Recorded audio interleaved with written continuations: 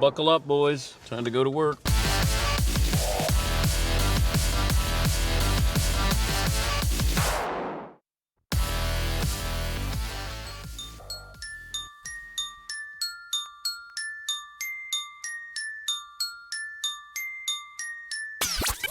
You put negative energy out into the air, eventually it catches up to you. How disappointing was Father's Day? Welcome to the Dan Patrick Show. Well, this is one of my radio fathers. I didn't get anything. I didn't get a card. A card? I didn't get a card. Wow. Yeah, I went 0 for 5 with my wife and my 4 kids. I went 0 for 5. How did that feel? When people who you thought cared about you made you question your own self-worth and the many contributions you provide every single day. Fritzy going boot bros with Case Keenum this morning. Take a look. Case, do you have a large pimple on the side of your face like Fritzy does? I don't understand why that. Oh my gosh. Did you see that thing? Cow. Karma, man. Karma is a B. I'm going to just stay quiet. Broadcasting from the Mercedes Man Cave, this is Dan Patrick. It's a Tuesday. It's hour 1. Dan and the Danettes. Dan Patrick Show. Glad to have you on board. Stay a while if you can. We'll hear from Bubba Wallace coming up in a little bit. Darius Rucker stops by and Brian Windhorst from the Mothership. So a lot of topics to dive into, and you can be part of the program in a variety of ways. You can dial us up. You can email. You can tweet. Say good morning to Chat Row. Behave today. Tyler, the moderator there, handling the duties with Chat Row. YouTube.com/The Dan Patrick Show and the Fox Sports Radio lineup. Part of the 362 radio affiliates around the country. 877-3DP Show. Our Twitter handle at DP Show. It was fun yesterday. I was sort of back and forth watching a couple of things, including what was going on with NASCAR at Talladega. And NASCAR rallying around Bubba Wallace is an example of the impact one athlete can have on a sport. After a noose was found in his garage over the weekend, Wallace didn't back down. He raced Monday at Talladega, and he was actually in contention late before he ran out of gas, but he had a little bit of help. The day kicked off with the other drivers pushing Wallace's car to the front of the field before the race, and the picture was beautiful. It was an extraordinary show of unity for a sport that is reckoning with its own history, and Wallace started the movement to ban the Confederate flag at races. Now the rest of NASCAR's community is trying to catch up, and sometimes people mistakenly think of auto racing as an individual sport. It's a team sport. One driver wins, but it takes a team. And fellow drivers on your side at the highest level, you saw that yesterday on Monday. We saw addressing racism is going to be a team effort by NASCAR. And the sport can do great things when everyone, not just one, comes together. Here is Bubba Wallace after yesterday's finish. I know I should have won that damn race. We ran out of gas. Just the stars didn't align for us completely, but all in all, we won today. The pre-race deal was probably one of the hardest things I've ever had to witness in my life. From all the supporters, from drivers, from crew members, everybody here, the badass fan base, thank you guys for coming out here. This is truly incredible, and I'm proud to be a part of this sport. He didn't win, but he did win. But after that race, and he got out there on the track, and he said, sorry I didn't have my mask on, but I want you to see my smile. And he went over to the fans who were there. There were fans who probably had never been to a race before, and he acknowledged them because they were there for him. But it was well done. And I'm guessing Jimmy Johnson, I haven't seen official designation on who's the one that kind of put this in motion of all the drivers were going to be involved with pushing the car up to the front.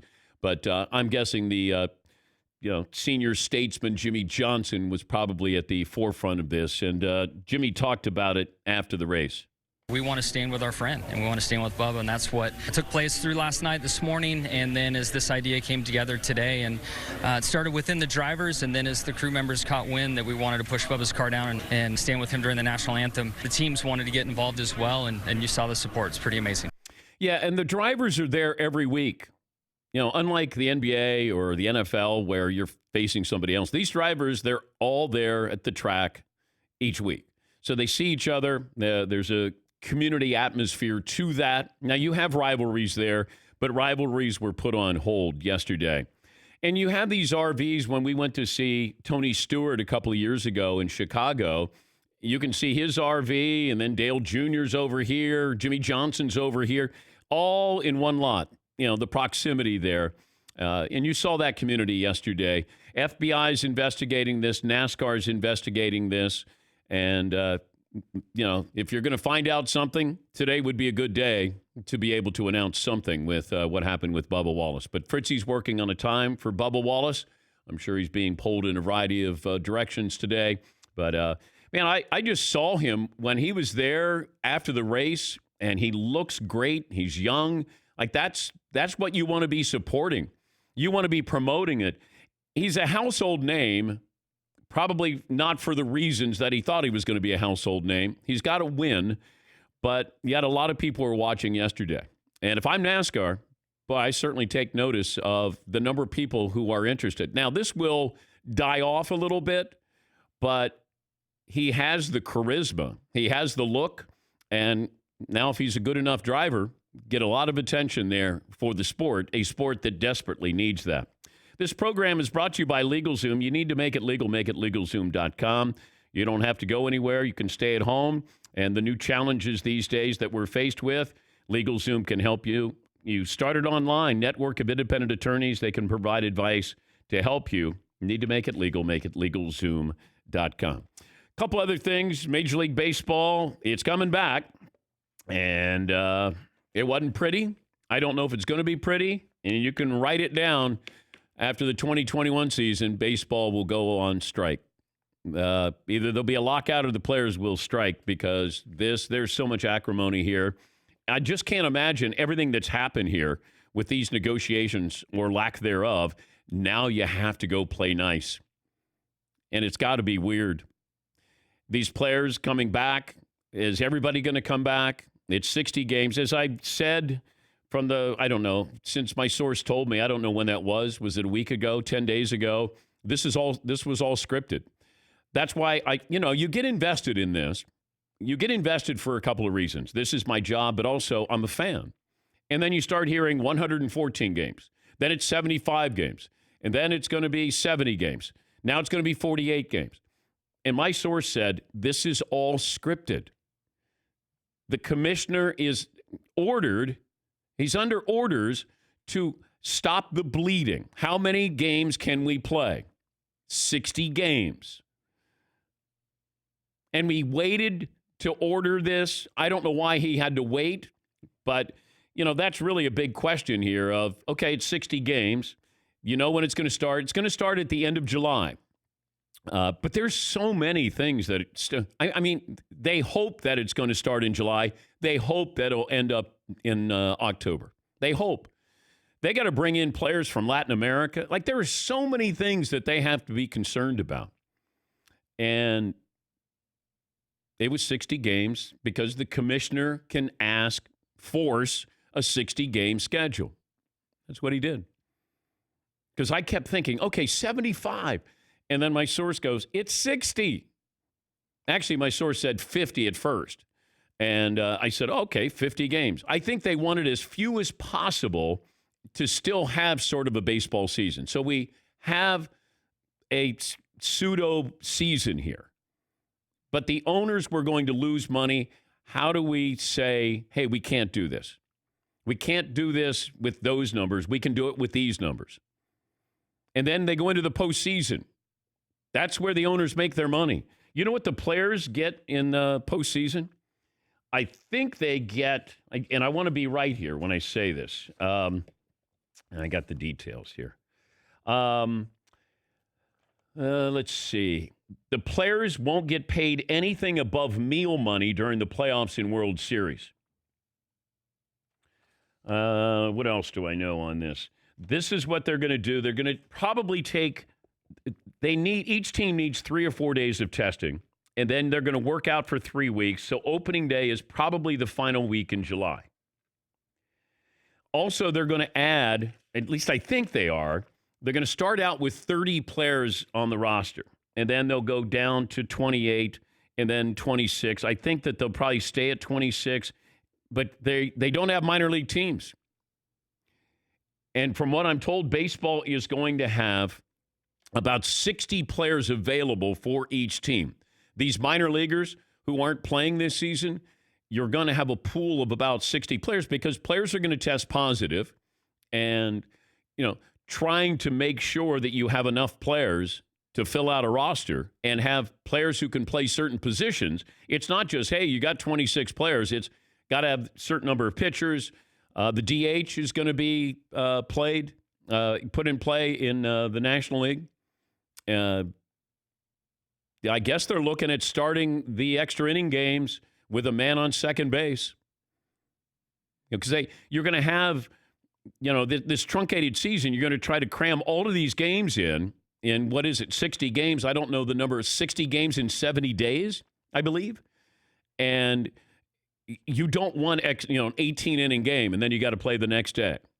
So they're trying to cut down on that. But that's what baseball has provided us. So congratulations, guys. Well done. Well done. Can't wait. Can't wait. Play ball. If they're able to play ball. Yes, Paulie. I know you kind of addressed this already, but a lot of my friends who hit me up on social media after the commissioner kind of decreed that they're having a 60-game season said the obvious. Why couldn't he have decreed a 90-game season a month ago or an 80-game season a month ago? Why have fake negotiations or whatever they were the past month? And according to Jeff Passan at the mothership, the commissioner could have chosen any length of schedule. He could have said 80 if he wanted to. They wanted fewer games. That's why my source said 50 initially. And then I saw where they were trying to do 48 games.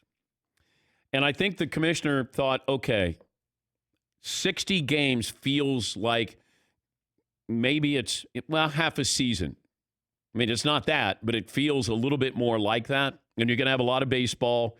You're going to have a lot of teams involved in the pennant chase. So there can be positives here, if they even play. Because my source said nobody's talking about anything other than the monetary aspects of this. No one. They worked out. You had guys testing positive. You got to bring in the players from Latin America. Good luck with this. Because it may all go up in smoke. All of this. All right, McLovin, you got a poll question for me. Yeah, you raised your hand. I would just say one other positive. We all learned the word pro rata during this thing. Yeah. I don't exactly know what it means still, but that was in Passan's text, right? I thought it was prorated, but it's pro rata. Pro rata, the Latin verb. Yeah. That means that's why he didn't say 70 games. They would have had to pay for every game, basically. Yeah. So I already put up a poll because there was a heated pre-show debate that has nothing to do with the major headlines of the day for the most part. But wait, I need people to weigh in on this. Okay. Is this the Jamal Adams? Yes, it is. Question. Okay, go ahead. Let the public decide. Okay. If you, Mike, the way I phrase it, if you wanted to start a team, would you start with safety Jamal Adams or kicker Justin Tucker?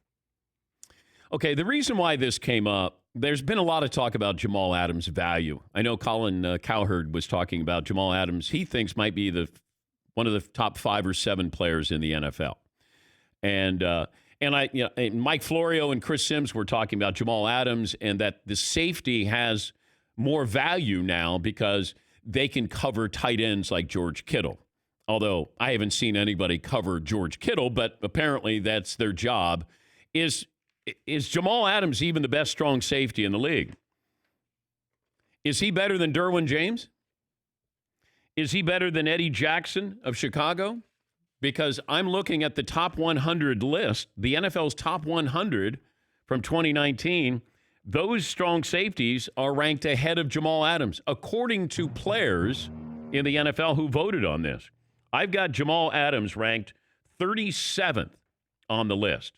I've got Eddie Jackson 30, and I got Derwin James 31st. I don't know how you can be one of the top 5 to 7 players if you're not even the best player at your position, according to players in the NFL. And I like Jamal Adams. I don't think he can cover. I think he's one of those guys, those safeties in the box that are there to tackle and occasionally blitz.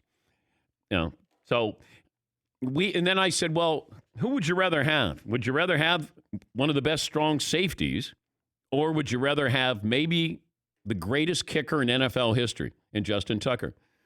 I mean, Justin Tucker is the best kicker right now. His stats are goofy. I would rather have Justin Tucker because I know that he'll actually win. He can win games. Games on the line, he has to kick a field goal. He wins the game.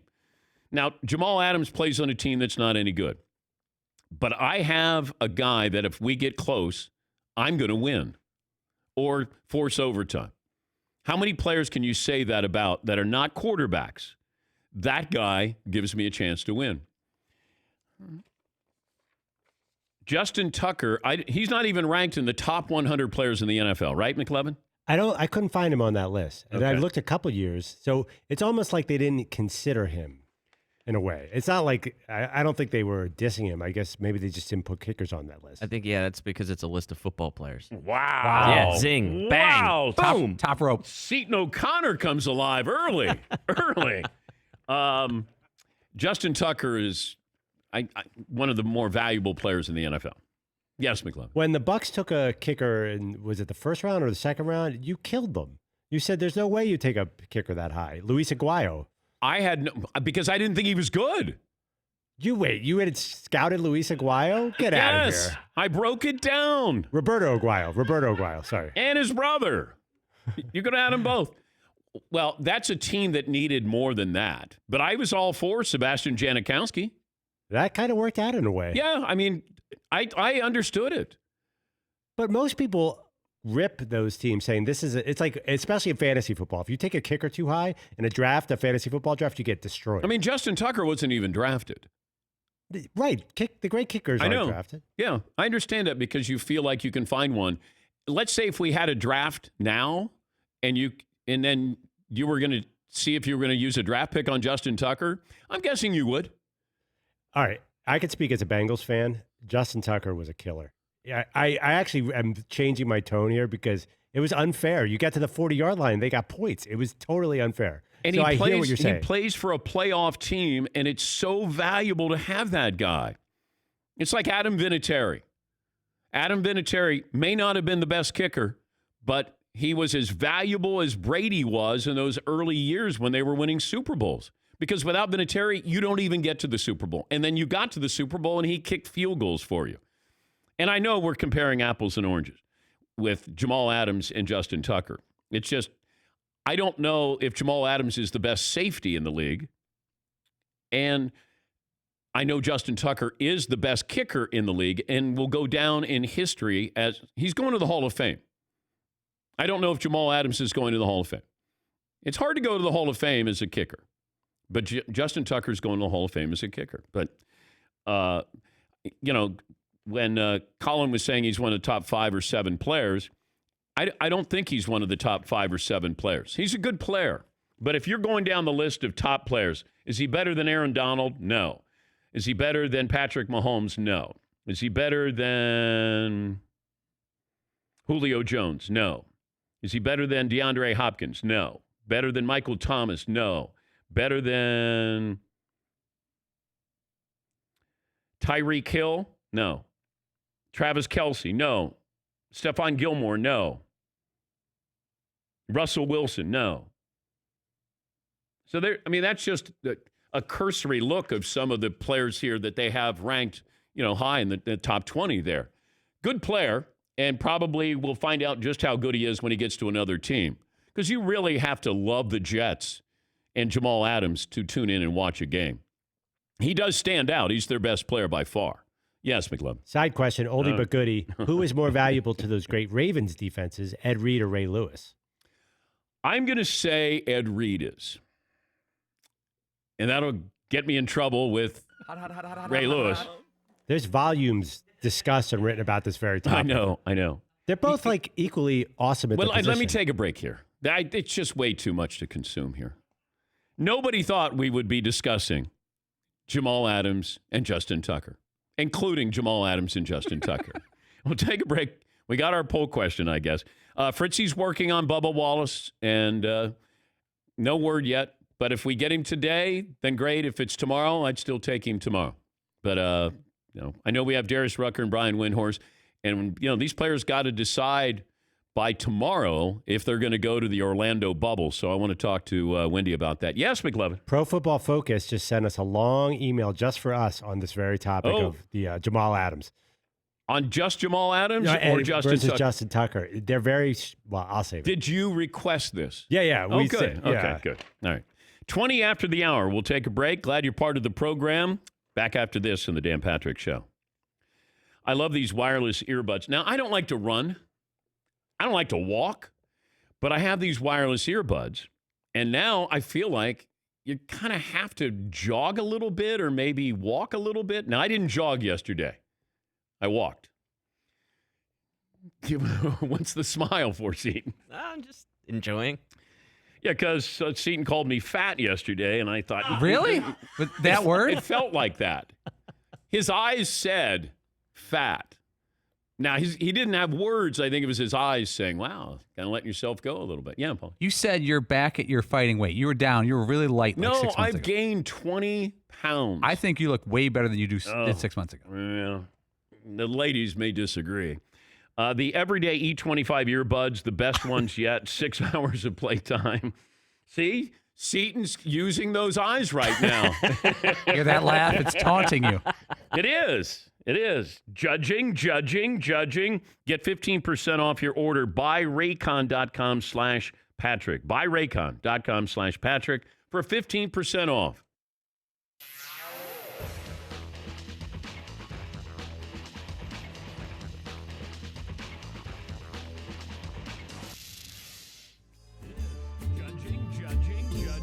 Get 15% off your order. BuyRaycon.com/Patrick.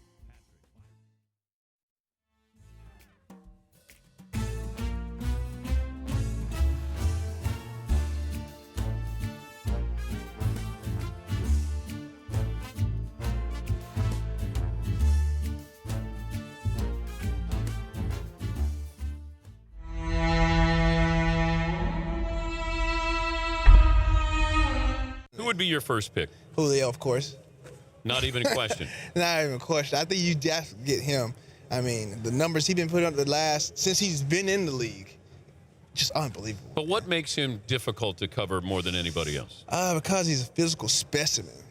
I don't think, if you look at it, guys that explosive and that big, that can run every route on the route tree, it's just, you can't find those guys. Do you have to interfere with him? Like how many plays would you say that you're just holding on to him? You're doing something you could be flagged for. Of course, you could get flagged every time you stepped on the field. For me, that happened 6 times in one game. I can't believe it, but hey, it happens. And so, I mean, you got to think about it. 4'3" guy, and you got to guard that back pillar. You know how hard it is? Think about it for a minute. But we suck if we give up a play or a catch. Oh, you're the worst ever. You're so trash. Man, get out of here. Get your pass on. Come on here on the field and you see how it is. Does Julio ever say anything? No, we never talk. Nothing. Do you wish that he would talk? Do I? Yeah. But we don't. I think I like him so much because he don't talk. Oh, okay. And we can just let our athletic ability, excel. Past the next. And it's just so beautiful. It's like artwork. It's nothing like it, man. But if I talk all day, what does that do to you? That fires me up. Oh, it does? Yeah, you playing into my game. But you talking to me. But if Julio talks to you, you're getting fired up. No, but see, the thing is with him, I know his game. He's not going to talk to you. Okay. So therefore, I have to talk to myself. I have to get myself going all right, man, what he's going to do right here on this move? I know he's not going to give me nothing, so I got to figure it out myself. Do you ever yell at yourself? Oh, a couple times. But if you get beat, now this is my favorite, when a DB gets beat, right? You guys always point to some other DB, like, what up with that, man? What happened here? Hey, guys, don't take it personal, but that's true. No, we kind of do. Because it's like, oh, dang, this is not what we drew up in the meeting room, man. And we look back where's my help?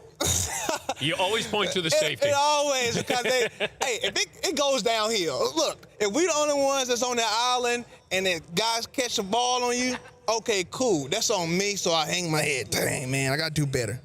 But if it's me and another guy, he going up the middle, and he catch the ball, and I look like I'm the one it's on, oh, heck no. I'm going to look at the other guy like, it ain't on me.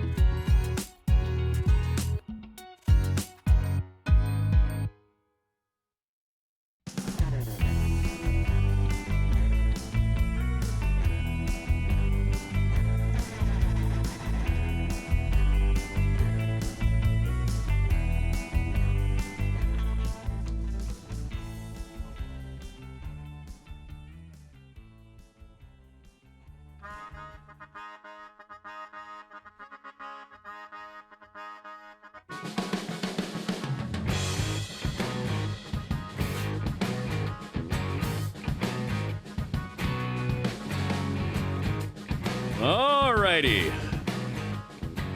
McLevin, you got a deep dive on this pressing topic here, the value of Jamal Adams versus Justin Tucker. Yes, so the good people Pro Football Focus sent us a note saying that basically Jamal Adams is more valuable because he's pretty good in coverage and he's a great, pressure guy. He gets to the quarterback, whereas Justin Tucker is the best kicker, but there's a lot of good kickers now. That was the basic of the argument. Not as good as him. He's definitely the best by far. Okay. But you can find a kicker was kind of their argument. Although they didn't. I don't think you can find Justin Tuckers. There's really good kickers. But when a game is on the line, like he's almost automatic from 50. He wins games. Didn't he miss one in the playoffs? I feel like he had one major miss. Probably so. It was his only miss of the year, which was the weird thing. But yeah, probably so. But as I said before, I don't know if Jamal Adams is the best at his position. Like Derwin James is great as well. He gets maybe a little bit more publicity.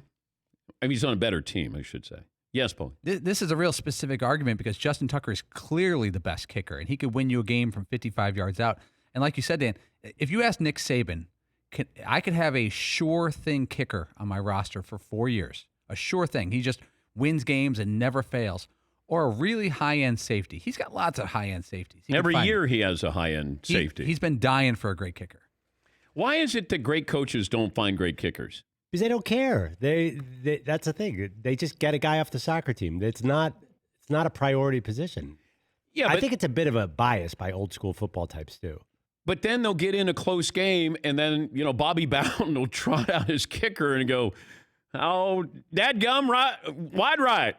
Yeah, because you don't have a good kicker there. 14 teams used the franchise tag this year. The Cowboys with Dak Prescott, the 10th to sign his tender, leaving 4 guys unsigned. Shaq Barrett with my Buccaneers, A.J. Green with the Bengals, Chris Jones with the Chiefs, and Yannick Ngakoue with the Jags. Deadline for long-term deals is July 15th. All right. I don't know what we solved with that, but the argument or discussion about Jamal Adams, has he outplayed his contract? Because that's what he's arguing here. I've been here 3 years in the league, and I've been a Pro Bowl player twice. If I'm Jamal Adams, just get out of New York. Get out of the Jets. I get that.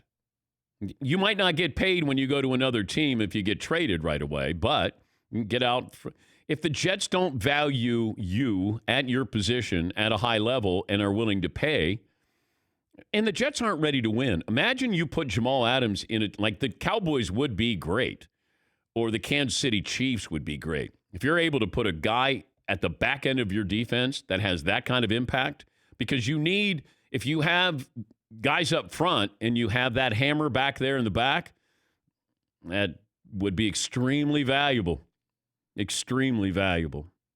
And could be one of those paying dividends in the playoffs. Yes, McLovin. If you added Jamal Adams to the Cowboys, would they be in your mix for Super Bowl contenders? I'm not going to do that right now. It's June. I'm not going to do it. Yeah, we need clicks. I tried to fall in love with the Cowboys last year, and man, was I close. But, I picked the Eagles.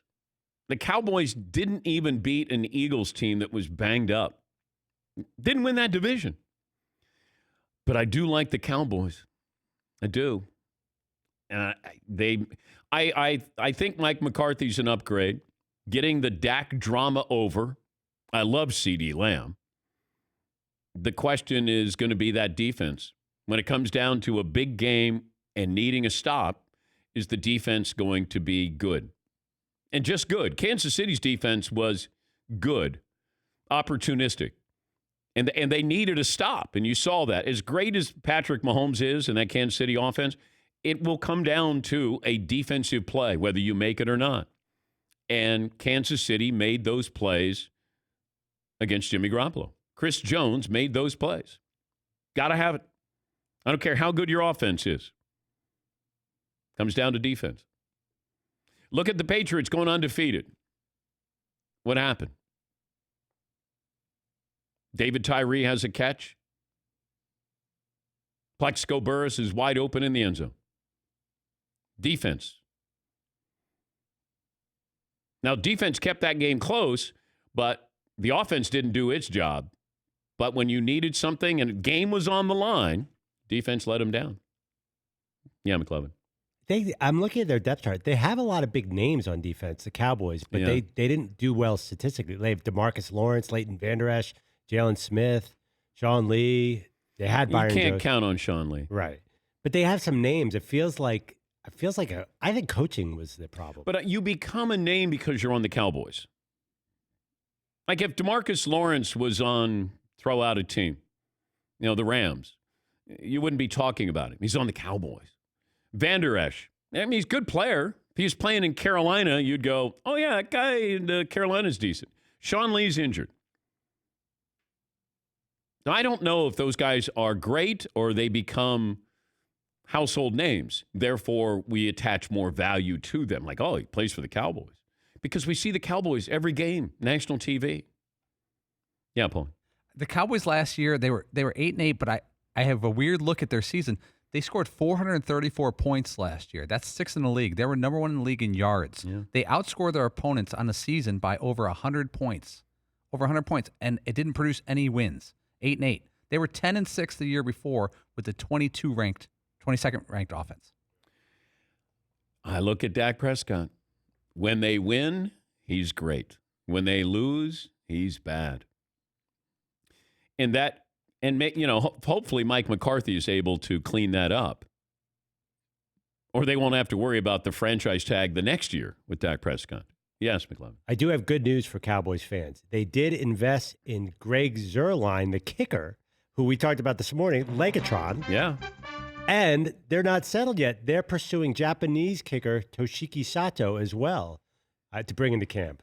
I saw that headline yesterday. I have no idea what Where does he play? Where did he play? Okay. Did he play for a university in the United States? Let's see. He's with Japanese X-League team for IBM Big Blue in November. He hit a 58-yard field goal, the longest in league's history. I have no idea. But they have Zuerlein. They have so many names, Dan. That's the proof. It's the system. It's not talent. Because there can't, unless I'm being duped, like you said, because they're Cowboys, there's so many big names on that team. But they haven't produced. I mean, Amari Cooper gets more publicity because he's on the Cowboys. He was taken out of the final drive of the season for that team, right? With their season on the line, Amari Cooper wasn't on the field. Yeah, Todd. The team totally gives you a warped belief. Like anyone that's on the Yankees to this day, in the back of my mind, I'm like, he must be great, even if they're not. And we've said that even about Derek Jeter. We've said it on this show. What if he was on the Kansas City Royals? We wouldn't be holding Jeter in such great, with the accolades that he gets in the pinstripes. Probably not. Probably not. All right, so we're going to keep that poll question, McLevin? We'll keep it up there for now. Your guy is winning big time. Justin Tucker is? Yeah, 62% say Tucker. Maybe people don't realize you have to watch Jamal Adams. And then it can be painful because you have to sit through a Jets game, but Jamal Adams is an impact player. It's just the impact he has doesn't resonate with wins and losses. It's not a consistent team. Yeah, Paul. We could switch to that Quentin Nelson, Khalil Mack poll question we've been sitting on for a few weeks, or we could save that for tomorrow. I'll take Quentin Nelson. There you go. Wait, Nelson. what? Over Khalil Mack? Remember, Khalil Mack was the best player in the league a year ago. He was. Quentin Nelson is... I'm all in on Quentin Nelson. But he's a guard. He's the Justin Tucker of offensive linemen. Yes, he is. Yeah. Khalil Mack's like the third highest paid player in the league. That doesn't mean anything. You game plan around him for like a week. I like Khalil Mack. I do. But Quentin Nelson is going to the Hall of Fame. So is Khalil Mack. He might. So it depends on what you want. You want to protect your $100 million investment, or do you want to have a guy who's trying to ruin your $100 million investment? Well, if you're playing the Colts, just rush on the other side. Get away from it. Just send 3 blitzers. You can avoid Quentin Nelson. Well, then why don't I just have extra guys over there on Khalil Mack's side? You do, but then you have, I don't know. How did we get here? You're right. I have no idea. I came in saying we got to talk baseball, Bubba Wallace, all these other things, the NBA. Yeah, how did you guys got to Justin Tucker? I walked in on a pre-show Justin Tucker conversation. Yeah, I don't know what. Oh, it was because Florio and Chris Sims were talking about Jamal Adams' value here. And then Seton goes, yeah, they were saying that, he is really valuable because he can cover tight ends. And I said, oh, okay. I don't know if. Actually, that's not what you said. What I said? You said, I said no! No, you said. You were quoting. You looked at me right in the face and said, I said no! Yeah, no. Seton goes, because no, you're all right. I think how it worked out is, Jamal Adams, they think he's one of the top players. Oh, that can't be right. And she goes, Florio and Chris Sims were saying, no, it's not right. I said no! That's actually what happened. I know. You guys aren't scarred. No, it's fine. You're not scared. You're not scarred. Yes, McLovin. What? I mean, if you guys want to go George Kittle versus... No. Okay, we so don't we're not comparing NFL players today. No, we don't have to. I think it's anything to not talk about Major League Baseball theory is what I think we're doing here. I don't have anything good to say about Major League Baseball. I don't have anything other than what I've been telling you for a week or so. You're going to play in July, hopefully, but it feels like there's a lot of things that can go wrong for Major League Baseball. And they got to move past all this financial. I don't even know how to sum it up. I mean, it's just a mess. You want to move past that, now you got to play baseball. And you have to sort of do this in unison, in conjunction with one another. I mean, the DH in the National League, oh, by the way, hey, we're going to have a runner on second base for extra inning games. I honestly thought that was a goof. I did not think that was a real rule that was going to be enacted. Well, it was proposed. I don't know. Like, nothing's official yet. I think they have till 5 o'clock today, and then it becomes officially official. But who knows with these two sides here? Yes, Todd. And in certain circumstances, the game can end in a tie. What is that? I know. Not American. They had enough that it's a 60-game season. We don't do ties here. Yeah. Don't we? That's always the rule in sports. No ties. Yeah, we went 40, 18, and 2 this year. Awful. Yeah. All right, we'll take a break. We got our play of the day coming up. I just saw where Novak Djokovic is tested positive for the coronavirus. No one should be surprised at this, by the way, because he had an event, I guess, recently, and there was no social distancing. There was nothing. I think some of the other players who were involved in this, they all tested positive.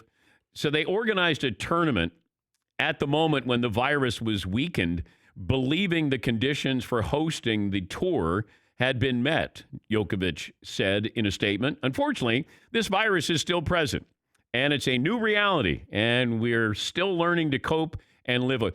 They didn't have masks. They're standing together. You would never, if I said, oh, look at this picture. Oh, was that from like a year ago or 2 years ago? No, just a couple of days ago. So now he's tested positive here. Djokovic said he wasn't sure if he would receive a vaccine if it becomes available, even if it was mandatory to travel on tour. I'm extremely sorry for each individual case of infection. I hope that it will not complicate anyone's health situation and that everyone will be fine. I'll remain in self-isolation for the next 14 days and repeat the test in 5 days. He was warned about this. All right. Play of the day coming up next year on The Dan Patrick Show.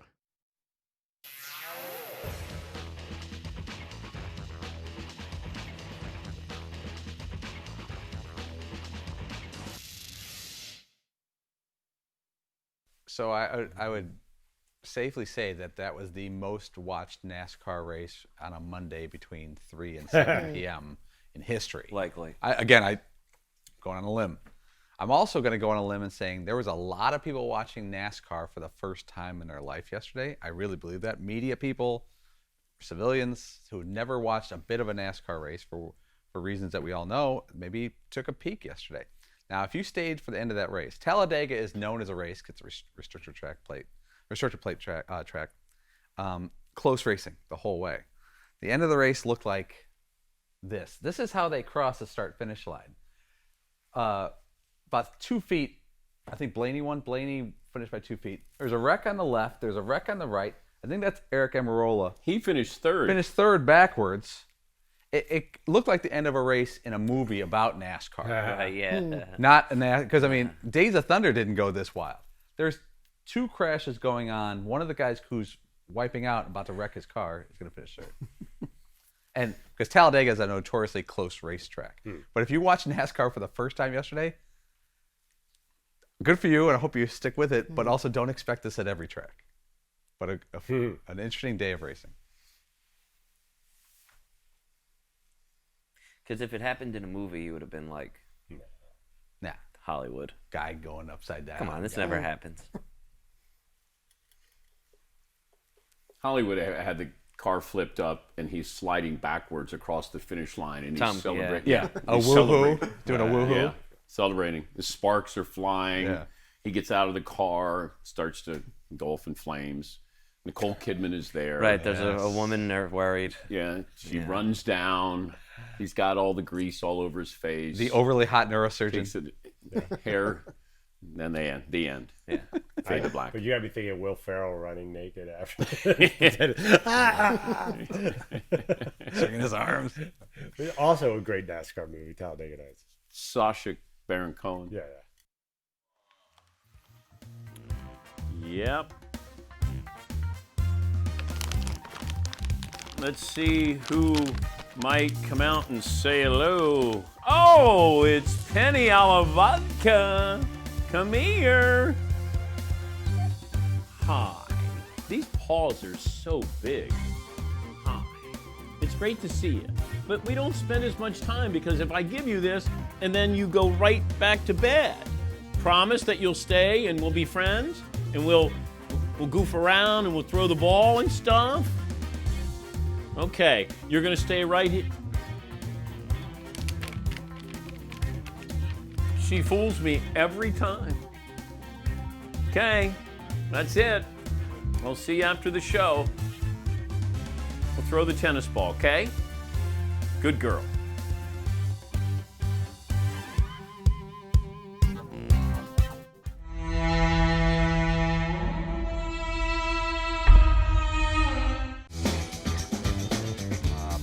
I hold a baddies. And I told him I'd never play. He goes, yes, I know. All right. You make me look like I know how to hold a bat. I mean that's how bad is that? That's so bad. Oh, right. Like, there's no chance of winning baseball right now. Wait. Are you serious? Or are you just kidding? I'm dead serious. I never played a baseball. So like really you want to have like these knocking knuckles. Okay. So you can either line the knocking knuckles up. That's where you got to start. Oh no. Okay, what you got going on? I don't know what that is. Knocking knuckles, right? Let your elbows loosen up a little bit. Let's get loose. Let's get loose a little bit. And then See, you're turning it already. Okay. See how they line up? These guys line up. So then but you could go a little off. Okay. Most guys are a little off, right back there, yeah. And then you got to be relaxed, though. It's all about the breath. A little strawberry? Yeah, in with what I say, in with the confidence and out with the doubt. You go. Right? In with the confidence, out with the doubt. Nice and relaxed. Wait, lift your foot. Back leg, you got to bend. Oh, you do back that? leg, not front leg. Yeah, back leg. I don't know why, but you're great. All the great hitters did that. All the great hitters did this. So I think it's just really. I think I'm being messed with. It's really cool. No, that's what he did. That's what I did. No one else. No one. I was telling you, Don Zimmer. It's like 54 years in the game. I've never seen anybody do this. I was like, well, Don, you've seen it all. Have you seen Dan's Rod Carew? It's really. Oh yeah. He's got it down. He does it. See, that's it. That's why Rod great, because he relaxed. It just seemed like the bat would fall out of his hand. Like Rod Carew could go. It'd be like, oh, hold on here. Hold on. Give me time. See, I think my swing was better than. See, that's why. See, Carew was so relaxed. Well, Mark McGwire used to say he's just trying to play the flute. You know, if you watch all the good hitters, everybody's kind of their hands are. Right. Nobody's like this. Okay. Their hands are, they're all kind of playing the flute a little bit, because you want to be relaxed. It turns on your vision. What else? How much time we got, guys? What else you got?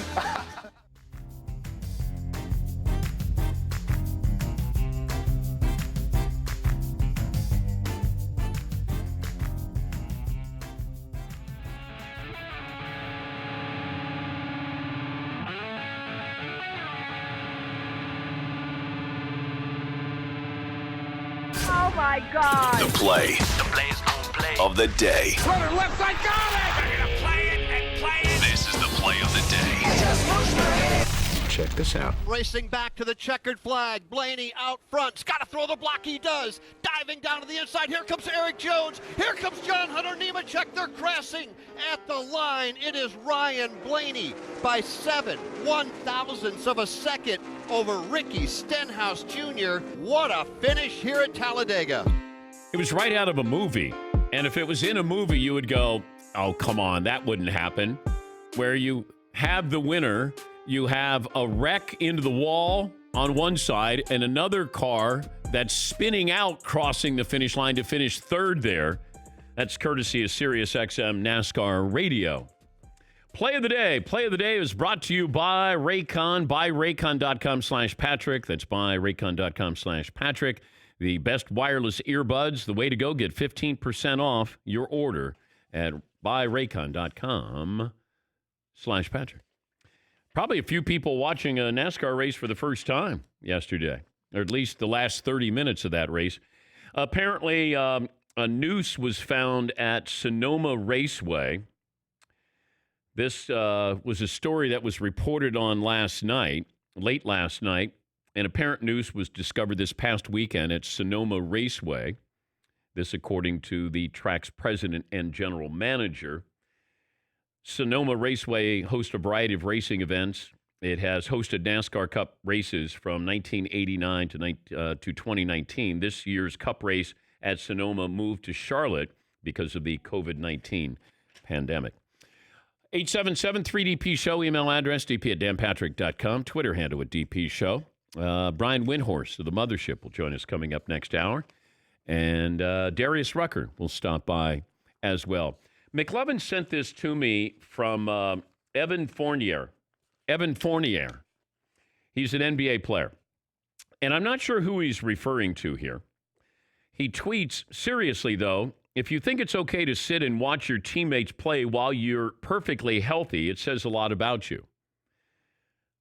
I don't know who is perfectly healthy that he's talking about. Yes, McLovin. I think I found out he's referring specifically to Davis Bertrands, who the Wizards, who has the ACL situation and isn't coming back. So that was the timing. I'm reading now that was a reaction to Davis Bertrands saying that he will not come to the bubble. Yeah, but doesn't this guy have two bad knees and he's going to be a free agent? Yeah. Okay. He's technically healthy. Bertrands is 27. He's had two previous ACL injuries, but he's active and ready to play. So I think that's what he's saying. He has a history of injuries, but he's not currently injured. Okay. And Trevor Ariza is going to sit out, but I think that has to do with family situation. I don't know if that's a custody battle, a court case, but Trevor Ariza is going to sit out.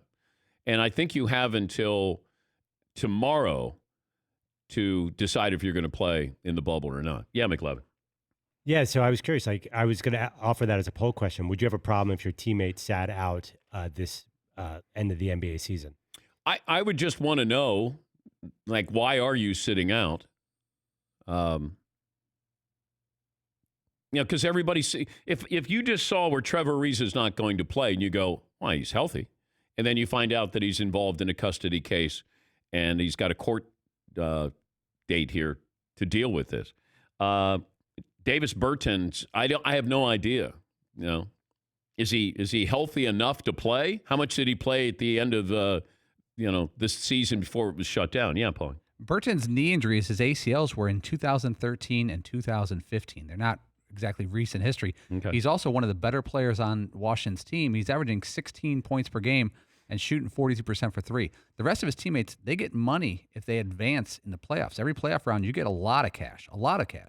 And Bertans hurts their chances to win and advance on. He is a healthy NBA player. Who probably won't be on the Wizards next year, I'm guessing. Yes, McLevin. They're 5 games back with an 8-game schedule. I think the odds are highly stacked against them. They're kind of They are now. Well, I don't think anybody's giving them a chance to make John Wall's not coming back, is he? No. And then they were talking about signing DeMarcus Cousins. The Wizards are a mess. How are they going to make up 5 games in 8 days? I have no idea. The other teams totally implode. The Knicks asked for permission to interview Jason Kidd. And here we go again with, hey, Jason Kidd is going to get the Greek Freak to go wherever he's coaching. There is reportedly some thinking, this according to Bleacher Report, that whichever team hires Jason Kidd as a head coach could have the inside track on potentially landing the Greek Freak when he hits free agency.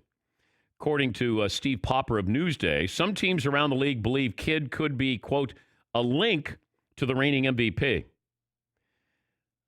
Kidd would be interested in the Knicks job.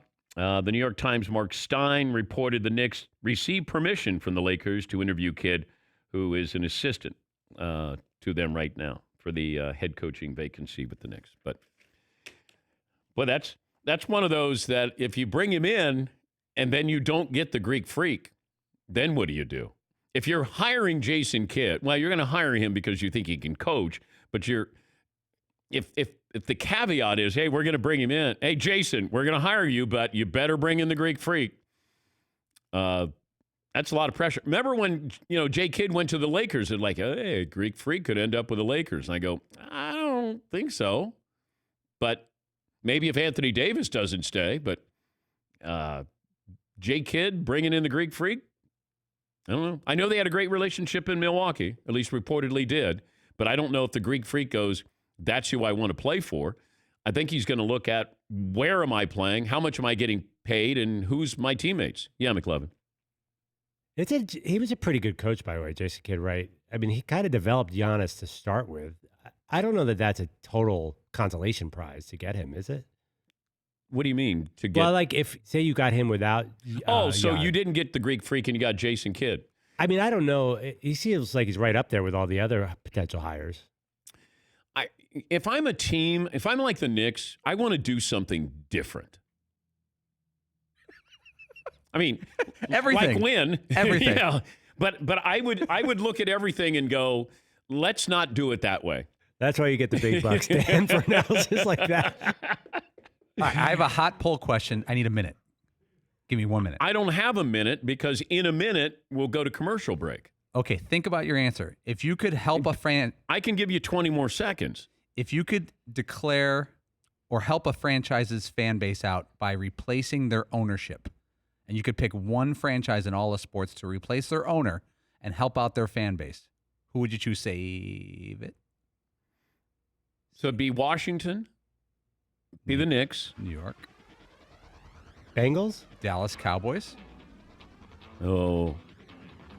Wow. Browns.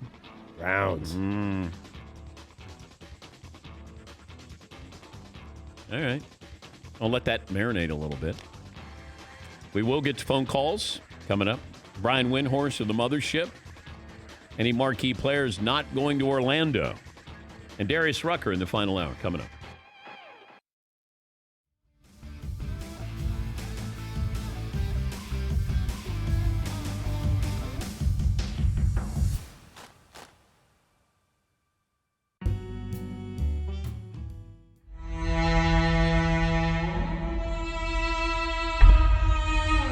Josh Gates journeys across continents to uncover evidence of aliens. Expedition Unknown, Hunt for Extraterrestrials premieres tonight at 8 Central on Travel Channel. Josh joins us here in our L.A. Man Cave.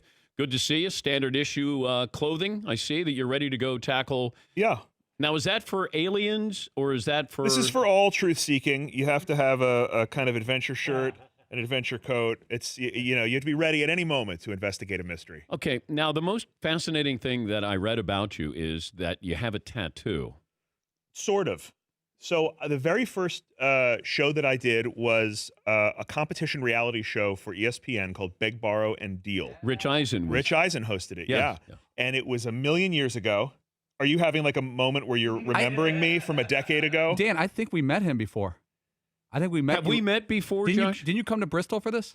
I don't know. Have we? This is like I totally. This is like an amazing. Dad. I don't know if we did or not. I mean, this was legitimately like 15 years ago, right? This was a long time ago. So it was a competition reality show. You had to beg your way across the country. I was on a team of 4 people. And you had to do sports-related tasks along the way. This was sort of the Great Amazing Race before that. Yeah, this was like ESPN's crack at doing a big Amazing Race style show. Yeah. And you had a list of 50 sports-related tasks. You had to complete 10 of them and make it from Times Square to Alcatraz Island, where Eisen would be waiting. And if you could do that and complete 10 tasks, you would win the show. And we had completed 9 tasks on this list. And one of the layup things on this list that you could do was each member of the team get a tattoo at least the size of a quarter of your favorite sports team logo.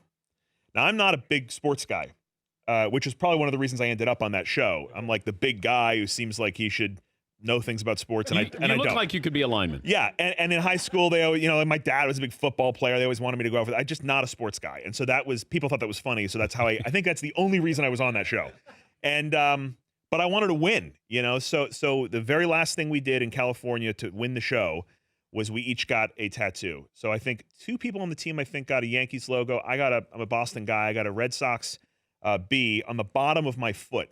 And the reason I got it there, and the other guy got a Clemson Tiger, South Carolina guy. And the reason I got it there is I was told that if you get tattoos on the bottoms of your feet, they might come off over time because the skin sloughs off. Yes. And I didn't want a Red Sox tattoo for the rest of my life. So got it on the bottom of my foot. It was there. It didn't fade. It was there for about 3 or 4 months. Woke up one day, looked at the bottom of my foot, totally gone. But that's a mystery. That's a mystery. Did you explore? It was still investigating.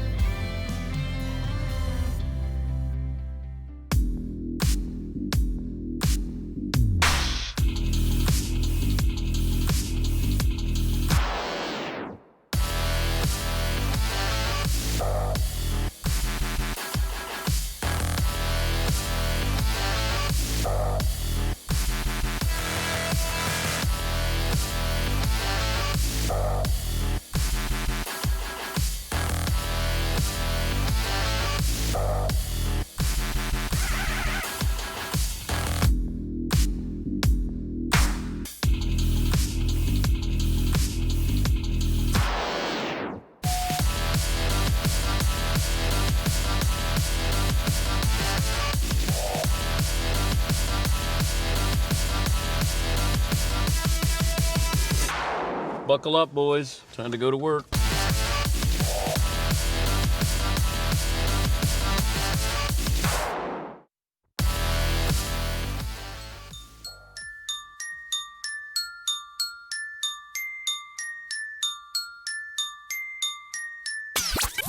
You put negative energy out into the air, eventually it catches up to you. How disappointing was Father's Day? Welcome to the Dan Patrick Show. Well, this is one of my radio fathers. I didn't get anything. I didn't get a card. A card? I didn't get a card.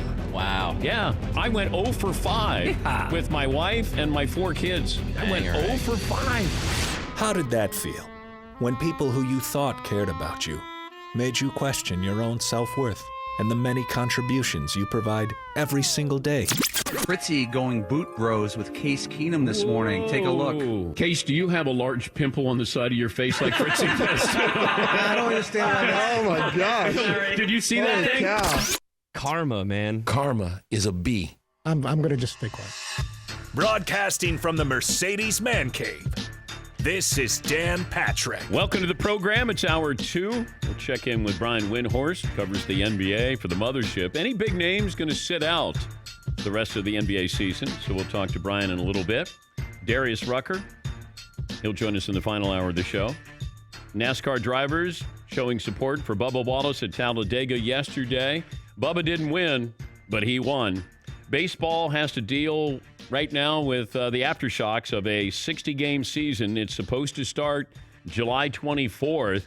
I was told it could be a week later. Here is another thing, and it's another thing to keep an eye on, and I mention this, I keep mentioning it, because I do think it is more of a reality than just a maybe or what if, and that is the NFL season being pushed back. Now, it might just be 1 week, and Albert Breer, the Monday morning quarterback, had this yesterday. You know, there is growing concern from a couple of owners right now of starting the season a week later. I keep hearing, my sources said, hey, you know what, you're right. They're looking at removing the first 4 games and putting them at the back end of the regular season schedule. But that's just something that's going on right now with the NFL. We always feel like, well, the NFL just plows through everything. The NFL, they don't let anything stand in its way. Well, this is standing in its way. And I think that there is, and I'm careful to use the word apprehension. There is concern here, but, you know, apprehension of can we just push this forward and we start the season on time. I don't know how they're going to have preseason games. I don't know how it's possible they're going to have a preseason game in the first week in August. But, you know, that feels like it's full speed ahead for the NFL. You know, college football, I think you're going to hear more and more stories about these presidents, these chancellors, athletic directors having a little bit more of a cautionary tone here of trying to get this season, cram it in. You know, the NBA, with what's happening, it feels like they've got a really good head start here with the bubble, but there are players that aren't going to go, and we'll talk to Brian Windhorst about that. We'll take your phone calls, 877-3DP-SHOW, email address, dp@danpatrick.com, Twitter handle at DP-SHOW. Say good morning to our radio and TV partners. The general rule of work stoppages in sports is they seem like a big deal when they're happening. But that significance fades over the years. No one really remembers which Super Bowls or World Series or NBA championships happened in strike-shortened seasons. We don't. Maybe we won't remember how ridiculous these negotiations were with Major League Baseball, if you want to call them negotiations. Yesterday, the union shot down the owner's latest proposal. And that opened the way for the commissioner to say we're having a 60-game schedule based on a March agreement. Keep this in mind. The commissioner could have said we're having a 70-game schedule. He could have said 80 games. He said 60. And he said 60 because he knows what the bottom line is going to be, provided that there's no second wave of this coronavirus coming up in October. This is going to cost the owner. They've done the math. That's why I kept saying this is all scripted. He goes 60 games and says to his owners, this is how much you're going to lose. And then you get to the postseason, this is how much you can make. And this is what you're going to pay the players. If you're losing somewhere close to $500,000 per regular season game, This is what the owners are estimating, whether it's true or not. They're looking at the math. That's all they did. They didn't look at this and go, you know what, for the betterment of the country and the betterment of the game, and that's all BS. This is about the bottom line. How much am I going to lose, and how much am I going to make in the postseason? That's all this came down to. We talk about all this rhetoric and back and forth, and we want this, and we want it prorated, and it's all nonsense. It was all nonsense. We're going to stall. That was the word that was used, my source said. They're stalling on purpose. And what they did is the commissioner, he took the slings and arrows to save millions and millions of dollars for his owners. That's it. That's it. They probably give him a new contract. We might look at him and say, what is the commissioner doing to the sport? The owners might say, hey, you did a great job, man, Fred. It's a clunky process for baseball. Thank you. It feels like a missed opportunity, another missed opportunity for baseball. Had a chance to start up earlier. You could have owned. Imagine if baseball was playing right now. Imagine if baseball was starting next week, 2 weeks, July 4th weekend. Hopefully this abbreviated season will work out. It'll be entertaining. A lot of teams will be in the playoff mix.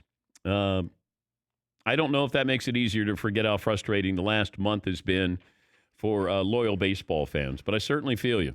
I do, because I think we all got played in this situation. All right, prior to the end of last hour, Paulie had a hot poll question there. All right, so if you could change ownership of any team for the betterment of their fan base. Yeah, this franchise has struggled on the field, on the court, or public perception, or getting free agents, or all of the above. Well, what fan base in American sports needs new ownership the most? Okay, so Knicks, Redskins. You're saying Cowboys? It's been a while since they've gone deep into playoffs. Yeah. And their ownership, though he runs the NFL, is he running a good team? He's a good businessman. Is he a good football owner? I mean, they've got a really nice TV in the building. But do they? That's a jumbotron. Mm-hmm. Yes, Todd. Don't you wonder, like with all those 8-8 seasons, that maybe if there was a different owner, or if it wasn't the owner trying to be the owner and the GM, that maybe a couple of those 8-8s could have been 10-6s, and they should have been going a lot further in a couple of those years in recent years? Yeah, I don't think anybody's going to argue that. They're never awful. Jerry the owner and Jerry the GM are two different people. So Cowboys, Knicks, Redskins, who else is on that list? The Knicks have 9 postseason victories since 2000. That's by far the worst in the league. Not appearances, victories. Yeah, that means games that they won. Yeah, but not 9 playoff appearances, 9 games in the playoffs. And that one year they had most of them with Carmelo Anthony. Yes, McLovin. If you're looking at futility, like the Browns haven't won a playoff game. Yeah, the Lions haven't won a playoff game. Oh. Bills? Jeff in Detroit's going to call in on that. Bills are kind of newer. They don't. NFL teams that have not had a postseason win since 2000 are the Bills, Bengals, Browns, and Lions. Yeah, but I don't look at the Bills as ineptitude. They made 4 Super Bowls. And I know that might seem like it's ancient history here, but that's a great fan base. The new family owns that. And they've done okay. They've made the playoffs. All right, so that's the Browns. To me, I like see something about the Browns. Though it's one thing, like what Paulie's saying. It's one thing not to win, but it's another to sort of do things the wrong way, like the Knicks and the Browns. Yeah, the Knicks. It's how many of these franchises do you look at the top and say that's where the problem starts? The Ford family. I don't know if we ever look at the Ford family and go, boy, they're dysfunctional. The Cowboys, just Jerry wants to be too involved. The Knicks, that starts at the top. The Redskins with Daniel Snyder starts at the top. The Browns, Jimmy Haslam, feels like it starts at the top. All right, that's a poll question. How's that? We'll go with that. A couple of phone calls in here. Nick in Iowa. Hey, Nick, what do you have for me today? Hey, DP, thanks for taking my call. First time, long time. 6'7", 3 Bills. All righty. Hey, real quick, I was just curious. I just saw a report on Yahoo that 40 MLB players and staff tested positive for coronavirus last week. With all that going on and this back and forth, do you think they even get? I don't even think they get a season off this year. And if they don't, with potential, what you're talking about, labor situation next year, is it kind of curtains for the MLB? No, it's not curtains, but it's damaging. And thanks for the phone call, Nick. Yeah, once again, I just feel like I'm, speaking into the wind here when I bring these things up about all these safety precautions that I don't know if baseball is able to pull this off. I really don't. Because nobody's talked about this. We make it seem like, hey, if they get the finances worked out, everything else is going to take care of itself. And I'm like, I don't think so. Some information that I learned. It looks like baseball teams will have 30 active players on the roster, just in case players test positive. And then they'll reduce that number like 28, 26, and probably settle on 26. But with no minor league season, the teams will have about 60 players available, total of 60 players available when players test positive. They're going to need at least 3 days of testing. You got to get players from Latin America here. 3 days of testing, then they're going to work out for 3 weeks. They're going to have training camp for 3 weeks, and then they're going to try to play here at the end of July. The players are going to play the 60 games, and they get paid whatever they get paid. They don't get paid anything over meal money during the playoffs and the World Series. Oh, boy, they're going to be happy campers.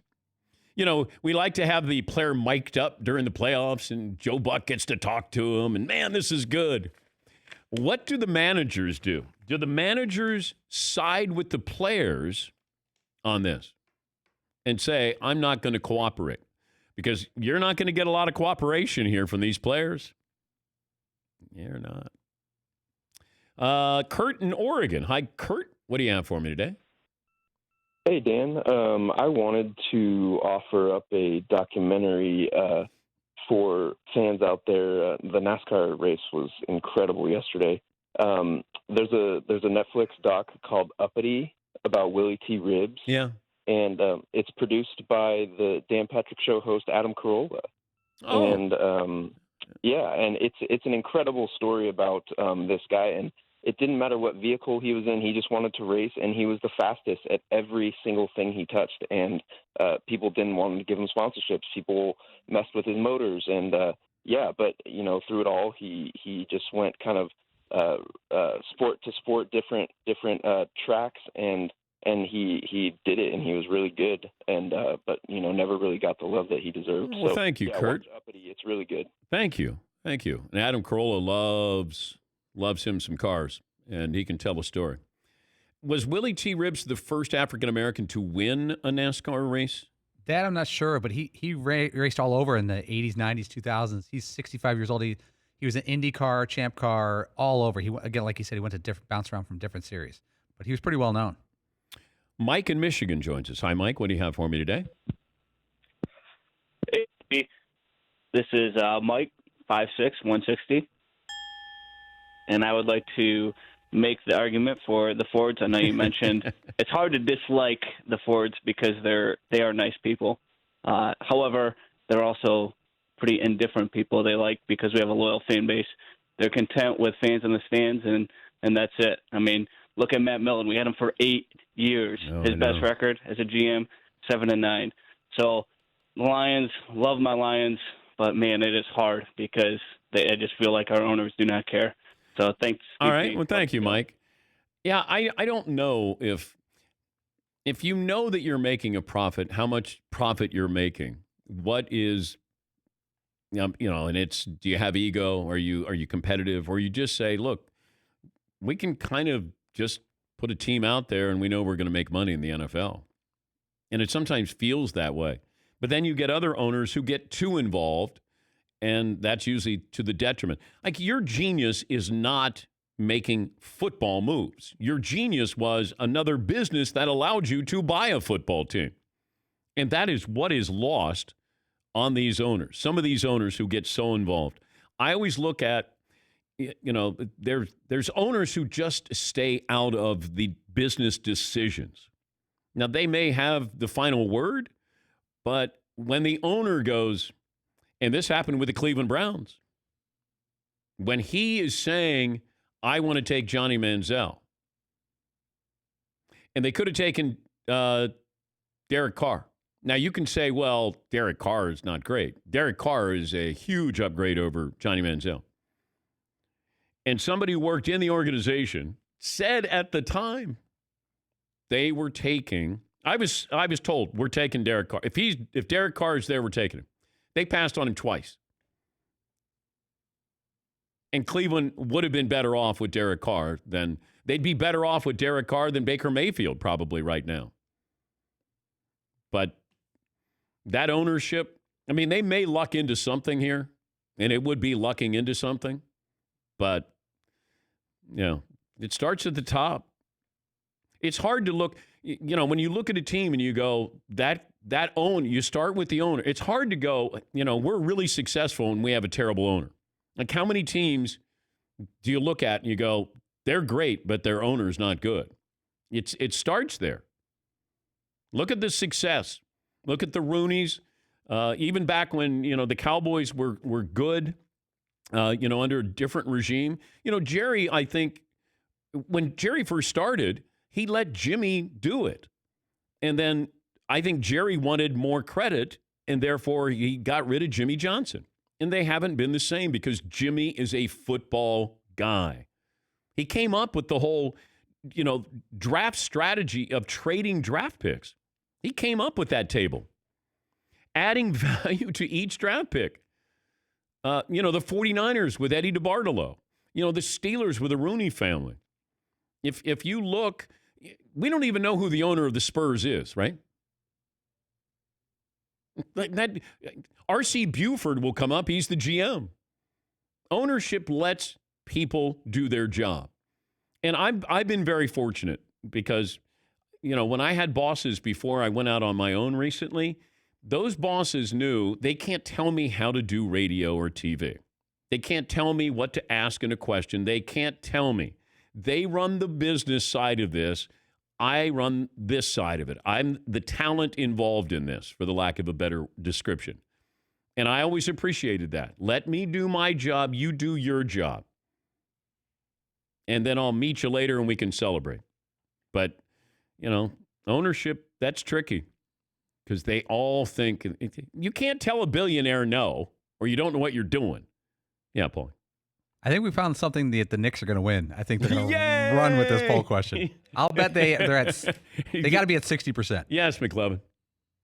But the guys who move the teams, that's a different level of hate. Like the hate for Art Modell, the Ursays, Stan Kroenke. I've seen things like people hate them when the old town. Well, I understand that. I mean, if I'm a Rams fan, a St. Louis fan, I would despise Stan Kroenke. When you build something for somebody and then they go, you know what, I need something better.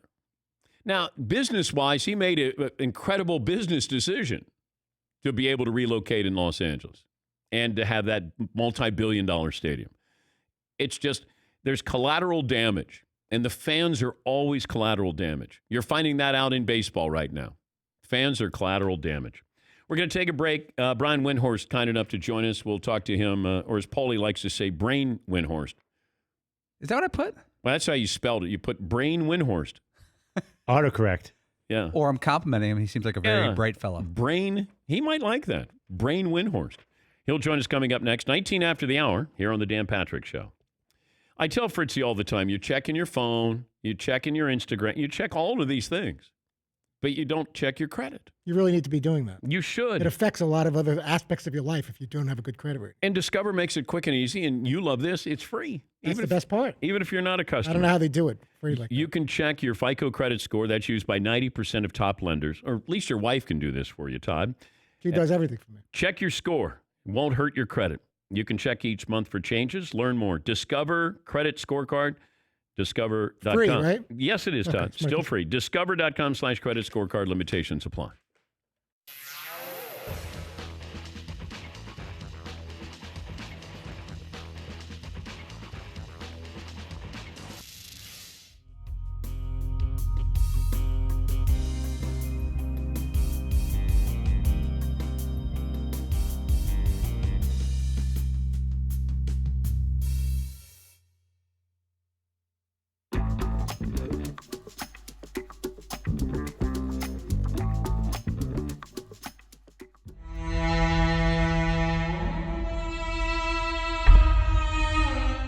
I think what caught me off guard is I just spilled my water all over the desk here, Reg. So I apologize. Can you get Seton? Could you bring me over a paper towel? Hold on, Reg. It's live. Well, you know what? You never really did have the best of hands at Dayton, so I'm not surprised at that. You know, I've seen a few clips of you coming off screen, and Butterfingers was kind of the catchphrase people started to use a little bit, but no, I'm only playing. I'm only playing. My nickname was Golden Boy, Reg, not Butterfingers. Is there? Yeah. Is that right? Yeah, it was Golden Boy. Oh, okay. But it was a negative. It was a negative. My college coach would call me Golden Boy. He never called me by my name. He called me Golden Boy. And it was not meant in a positive way. Well, what made it so negative then? Are you going to explain why the Golden Boy nickname is not so nice for you? I think he was mocking me. That maybe I thought I was better than what I was, and I was like the golden child, the golden boy. And like, imagine your coach doesn't call you by your name ever. He never called me by my name.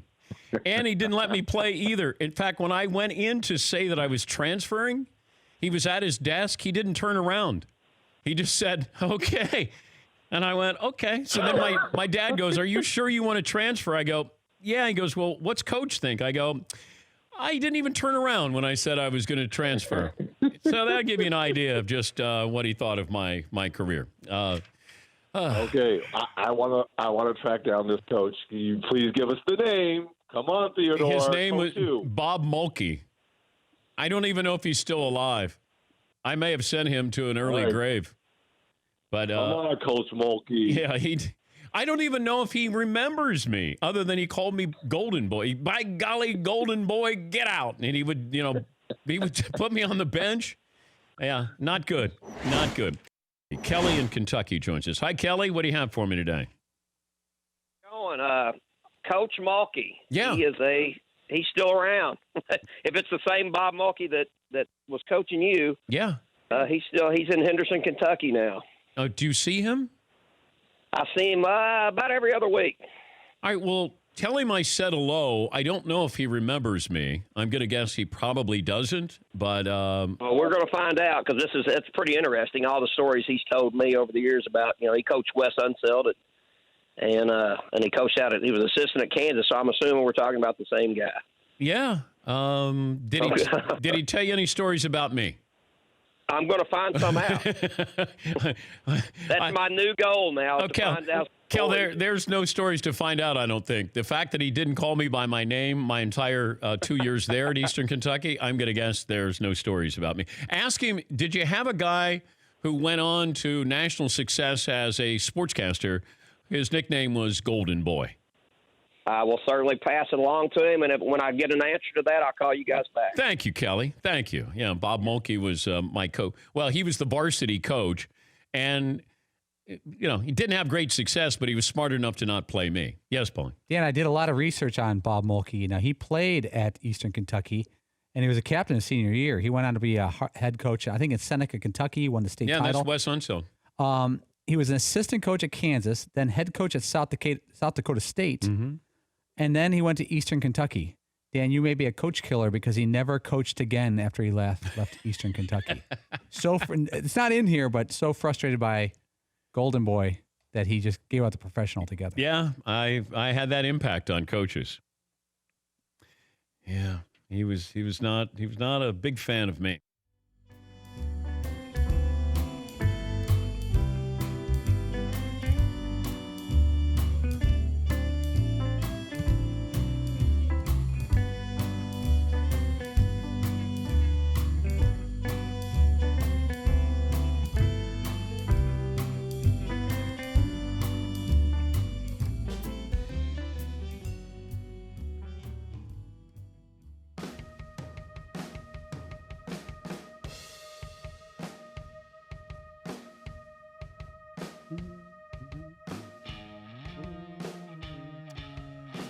Wendell Scott, the first African-American driver in NASCAR history to win a race.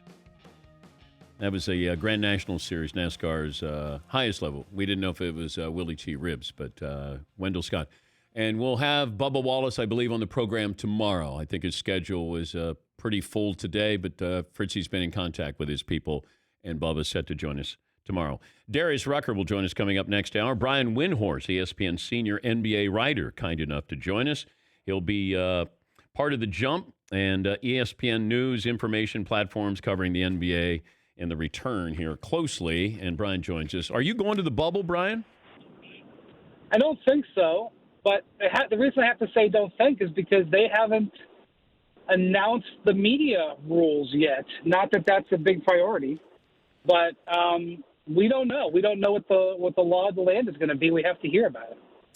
Do you have a singular biggest concern here going into this and what they're trying to pull off? Yeah, I have two. One is that, and my guess is it would be a star player, but it could be anybody, is that somebody comes down with the virus and the players just lose confidence in the entire thing. And whether there's an outbreak or not, they say, I don't want to do this anymore, and they defect.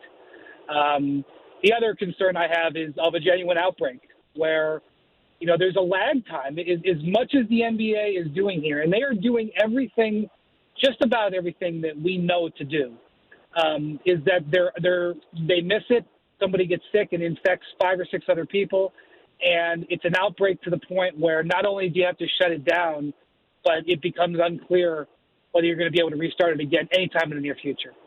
That, I think, would be a worst-case scenario. How many name players have you heard from off the record that might not go? I guess it depends on your definition of the word name players. From my read on folks, everyone is ready to go. Okay.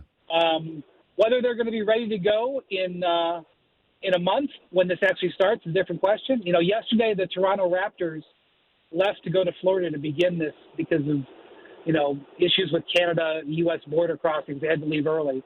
And if they make it back to the finals, that's a long shot, but if they make it back to the finals, Dan, they wouldn't be back home until October. October. That means they left yesterday with the possibility they would not be back until the fall. Explain what the deadline means tomorrow. So the players have until tomorrow to raise their hands and say, I'm not going. But that, I'm going to tell you, I'm going to be honest. The NBA is changing the rules all the time. It's not like we have a 15-year history of this playbook working.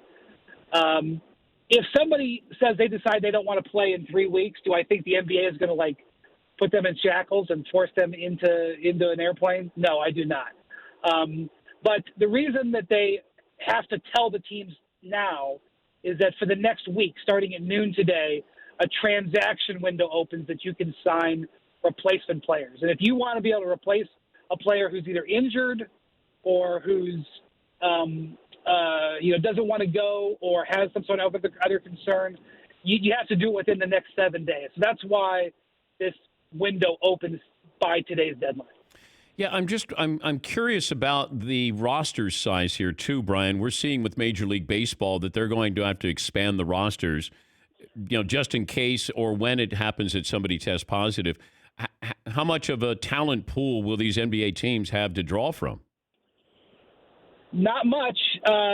Most NBA teams have 2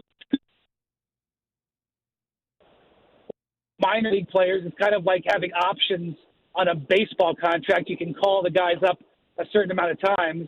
So they kind of have those 2 guys. There's a few guys kicking around out there who are free agents who may be decent additions. But you lose a starting line player, you're not going to replace them with a starting line player. You're going to replace them with a warm body. And I think one of the concerns here is, remember, they're going to play 3 weeks of these regular season games before the playoffs start. If you're in 9th or 10th place and you lose the first 2 or 3 games and you're out of it, and you're still faced with being in that bubble for another 2 weeks, are you just going to say, forget this, I'm going home? And because the NBA is not stopping anybody from leaving. Now, if you leave and want to come back, now we have a problem. But if you leave, they're not going to say stop.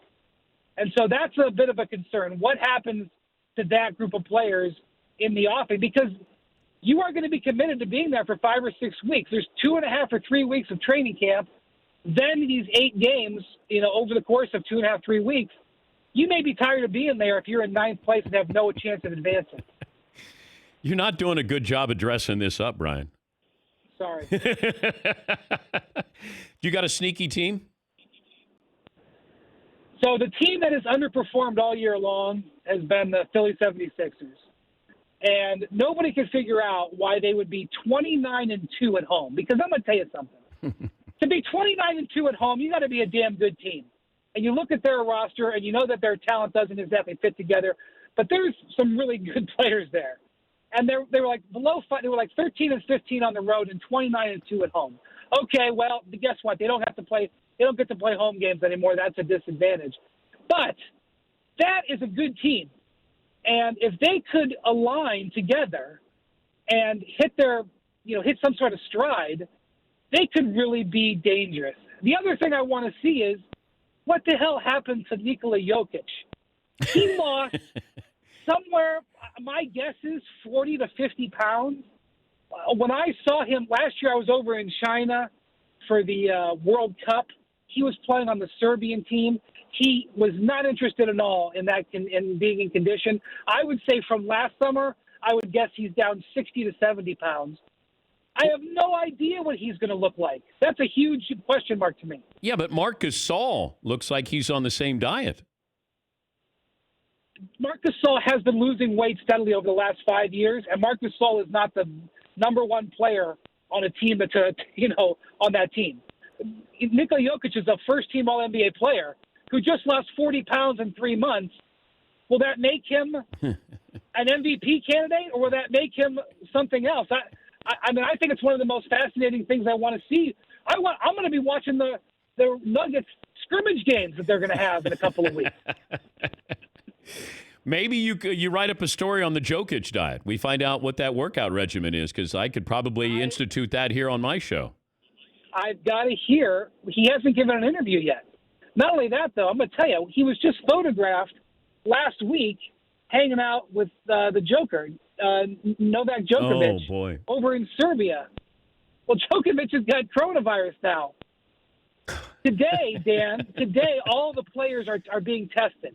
Okay, now Jokic would have just come back in the country, and before he.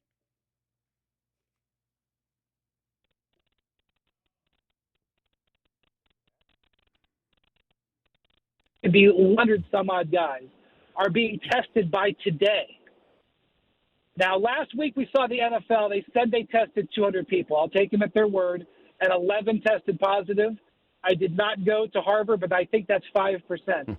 If you have 300 NBA players testing, and let's just say it's roughly the same rate, around 5%, you're going to have, 15 to 20 that number who are test positive. And here's something that the NBA has not articulated very well. If I was a skeptical guy, I would say it's on purpose, but I can't say that. If you test positive under their rules, 14 days, no exercise, not 14 days isolation, 14 days in your bed. And then you've got to test negative twice in 24 hours. And so the question I'm going to have is, if a bunch of guys here today test positive or asymptomatic and are asymptomatic in a week, that's going to become an issue. They're going to be like, hey, let me get back out on the court. And they're like, no, 14 days, sir. And so that's going to be interesting. And while teams haven't announced the players who have tested positive in the past for HIPAA reasons, it's going to become pretty apparent. If you don't see your team's backup shooting guard for 10 days, you're going to know that he's come down with it. So I don't know how that's all going to work when you understand that some of these guys are going to say, I don't feel sick. It's going to be an issue. He's Brian Windhorst, ESPN senior NBA writer. The Lakers reportedly working out at a billionaire's home. What do we know about this story here, Brian? I've been there. This guy, Steve Jackson, I think he sold the company a long time ago. But he founded LA Gear. You remember LA Gear? Yeah. Shaq had the LA Gear deal. He built a gym on his property in Bel Air.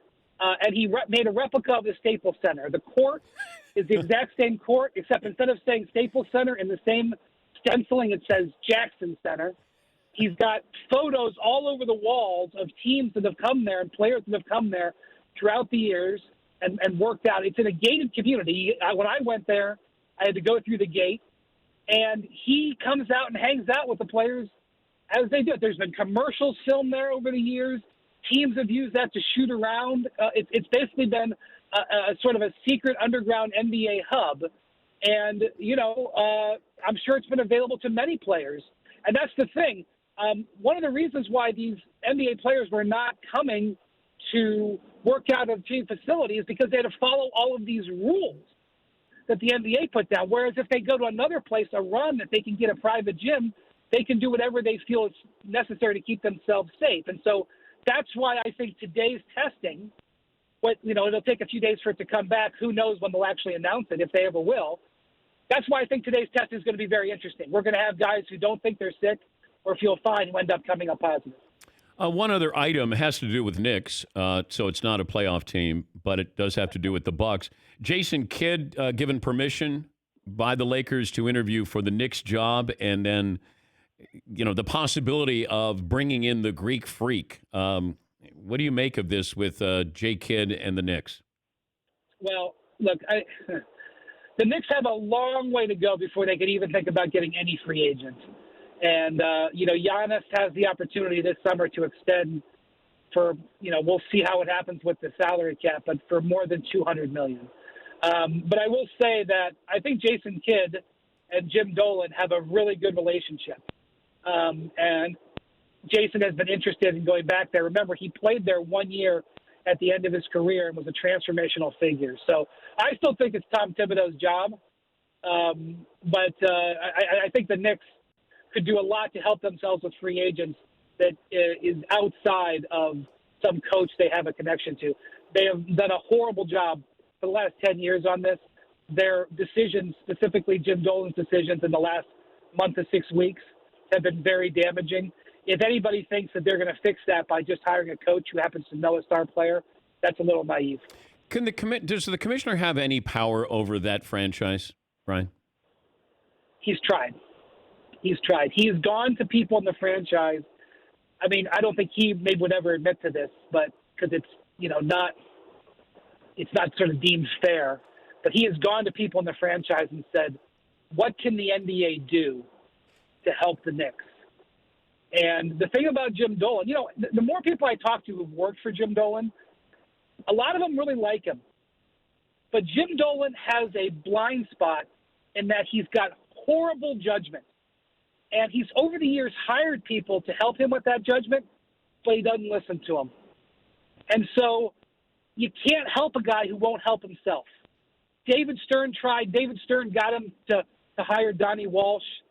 David Stern tried to get him to hire other people and make moves. Adam Silver has tried. You can't force the guy into making good decisions. You can only help him. He won't accept the help. But you have somebody hire advisors to help you, and then you don't listen to the advisors that it's crazy. Didn't David Stern help the Knicks once where he fixed the lottery so they could get Patrick Ewing? I mean, that's what we need to do. No, I'm joking.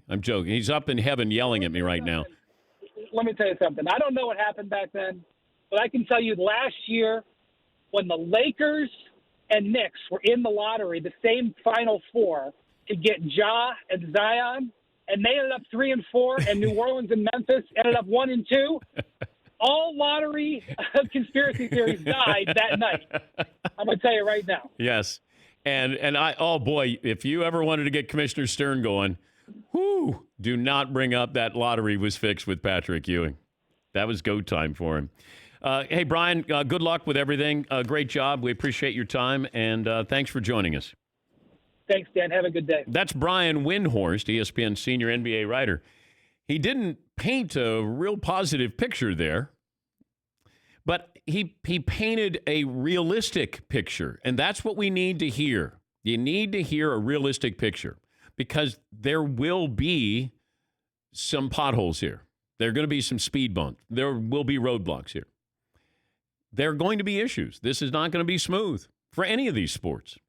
And you could have a star player. Imagine a star player Now, you might say, well, they're quarantined, so who are they going to come in contact with? Hopefully nobody.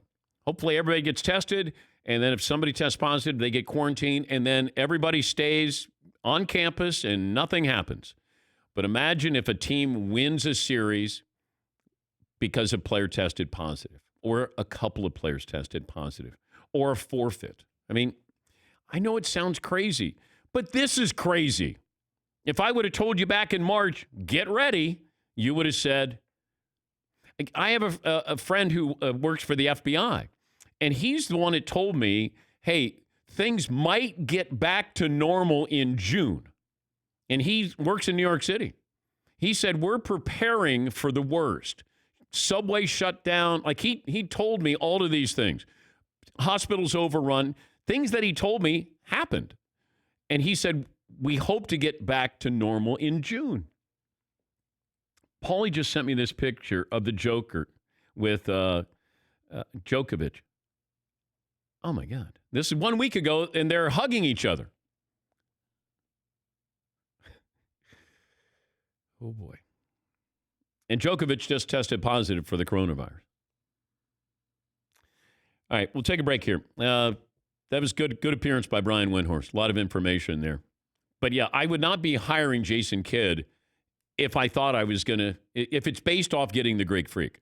I would hire Jason Kidd because maybe he'll have a style and he's going to get some free agents. If you don't get free agents, this is futile. They don't get any free agents. Nobody wants to go there.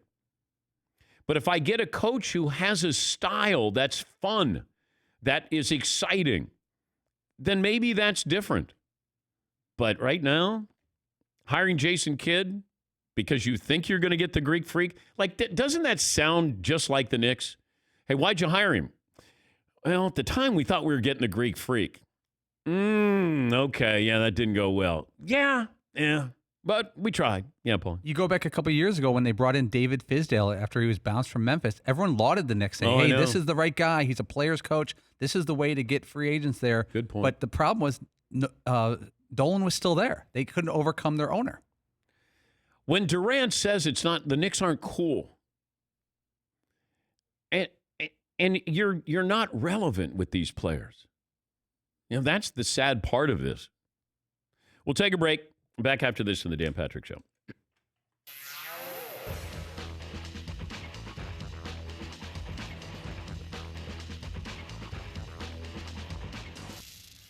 Onion rings day, Dan. Ooh, that's fun. Yes. Now, lightly battered. Sometimes they overbatter them. That's a disaster. Lightly battered onion rings.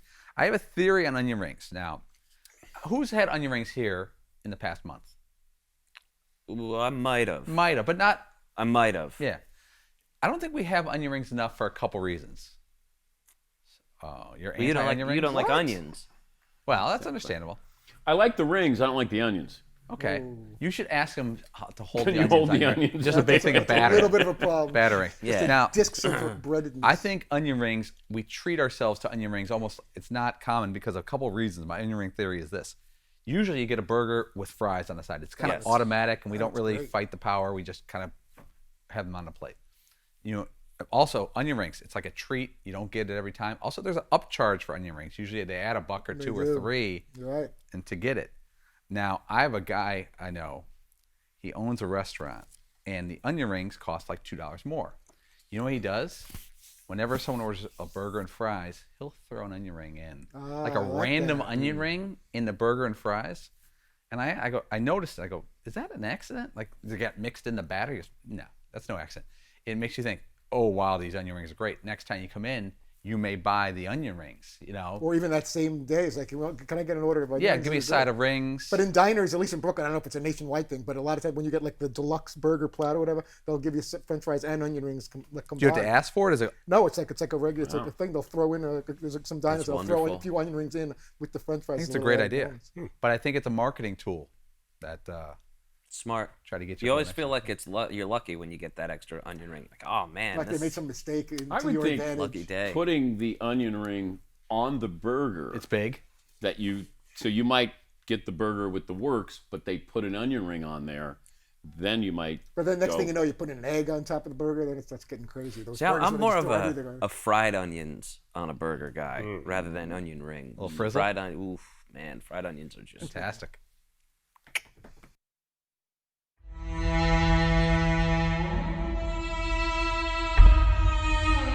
Jay-Z, yeah, that was incredible. We got me and Danica Patrick were both in that video.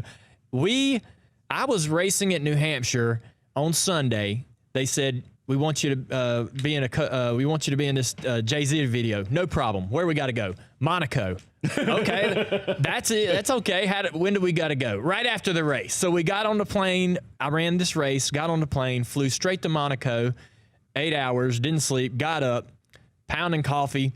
We filmed all day long with Jay-Z. Great guy. As soon as I walk up, I'm in Monaco, right? Never been to Monaco. Never been to Europe. I'm standing there in Monaco. I see Jay-Z leaning on this sort of bench on the sidewalk. So I'm like, all right, I'm going to go over and introduce myself to Jay-Z. Here it goes. So I'm thinking about it. I'm walking over there. And as I'm walking over there, I see Beyonce. And she's walking towards Jay-Z. And I'm walking towards Jay-Z. And I'm like, okay, if I'm going to turn around, now's the time. This is too much, it's like my head was exploding. I had the confidence to meet Jay-Z, but I don't know if I have the confidence to meet them both at the same time. And so I get there, and Jay-Z, I'm like, hey, Jay-Z, I'm Dale. He's like, oh, thanks for coming. So glad you came all this way. And she walks up, and she's so nice. So I meet Beyonce right there. It's awesome. Later that night, I know this is a long story, but later that night, we go to dinner. We're done filming. We go to dinner. They invited us to have dinner with them. We're sitting at this big round table. Jay-Z and Beyonce's not there yet. We're in this great restaurant.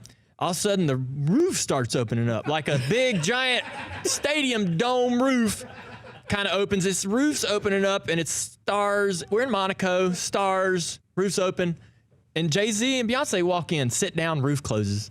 They opened the roof for their entrance, and they probably had no idea that was going on, but I was like, wow, man, this is so cool. Did you think you were famous until you met them? Oh, I have they are on a totally different level of fame.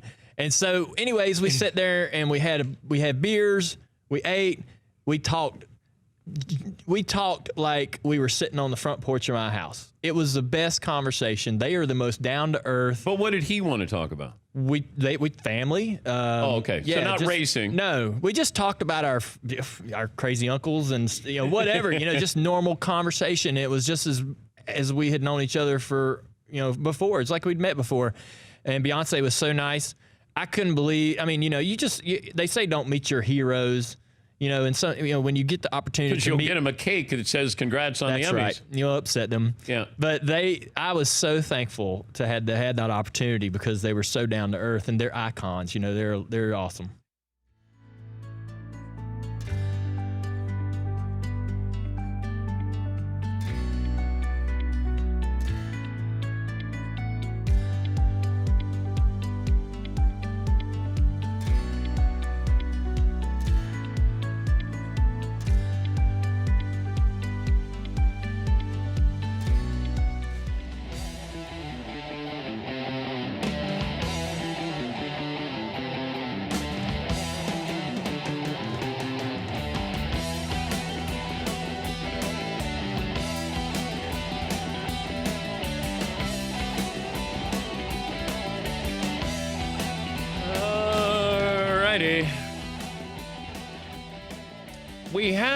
It's not controversy, but it could be. We had the big match between Mario and Tyler, the moderator. And a shower shame, that was last Friday. Mario lost. They played 9 holes. And there was a moment where Mario was in the fescue. And he took a couple of swings, but he missed the ball. But he said he was practicing. And I think once you address the ball, hello ball, and you swing, that's a stroke. But Paulie, going back and looking at the tape, wanted to know if that was true. Mario lost by, I think, 3 strokes. Now, he's saying that it shouldn't count. I don't know if it did count.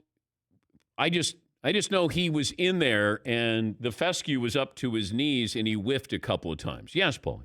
I checked with a couple golf people and a few golf websites, and they said Once you are done practice swinging and address the ball, and it's a judgment call, and you appear to be swinging to hit the ball, if you whiff, that counts as a stroke. If the ball falls off the tee, then that's a different story. But if you address the ball and you just don't make contact with it, that's a stroke. Yeah. I mean, to me, it was there was no controversy. In fact, I think Mario didn't count some strokes. He should have lost by more than that. But then Mario pointed out that Tyler, the moderator, whiffed on one of his swings as well. It was ugly. And I know that Tyler and Seton, Dylan, who does graphics, and Mario are going to maybe go play tomorrow. And then they said, do you want to go? And I go, good God, no. No. I couldn't witness that again. Yeah. And I'm not busy. I don't have anything going on. I can't watch that again. Like, I want to golf with golfers, not these guys. Wow. But I thought it was a stroke of genius, pun intended on my part, to put Tyler, the moderator, and Mario in the cart together. And there was some real tension there. It got bad. So Mario is in the middle of a par 5. And we had talked about maybe do we cap the score to double bogey? And I thought, no, it'd be more entertaining if they put up like, a snowman or, maybe double digits. Like that would be good. And it would keep everybody, in the mix there of trying to win. And that's what happened. So Mario is on a par 5. I think he's lying 9 in the fairway.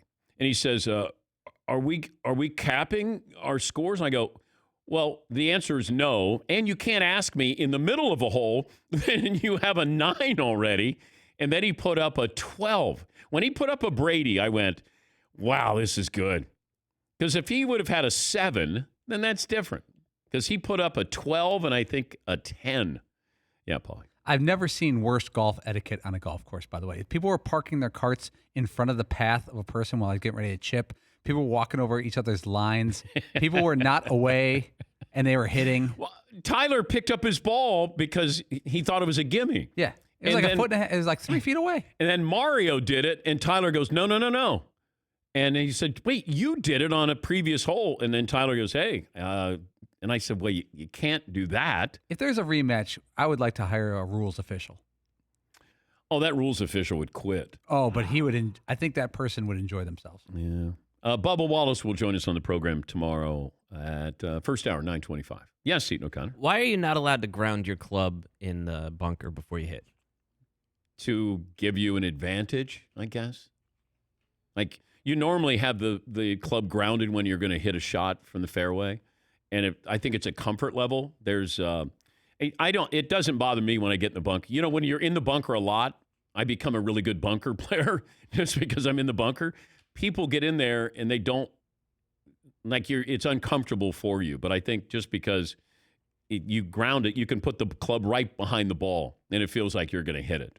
But I think that's the answer. Yeah, Paulie. There really isn't a why. They just say it's a rule. I looked it up a couple places. They really do. They said it's a hazard, the bunker, so you can't ground your club to test the condition of said hazard. Said hazard. Mm-hmm. Who talks? I know. Where to thou? Heretofore. Yes, McLovin. Yeah, I'm so bad at all this. They asked me to play, Dan. They did? Yeah, Tyler and Mario, why don't you come out with us? Because can you imagine if he's getting a 12, what would I get on a course like that with fescue? I'd have to cap your score. Yeah, I'd have to cap your score. But there was a moment where both of these knuckleheads are in the fescue, and they didn't even know what fescue was. And maybe it's not even fescue. I just love saying it. But they spent so much time in the fescue. And then they're both swinging and whiffing, and I laughed. I blurted out, some kind of laughter. But I don't want to see that ever again. Never. Darius Rucker will join us. More of your phone calls coming up as well. 2 hours in the books. One more to go.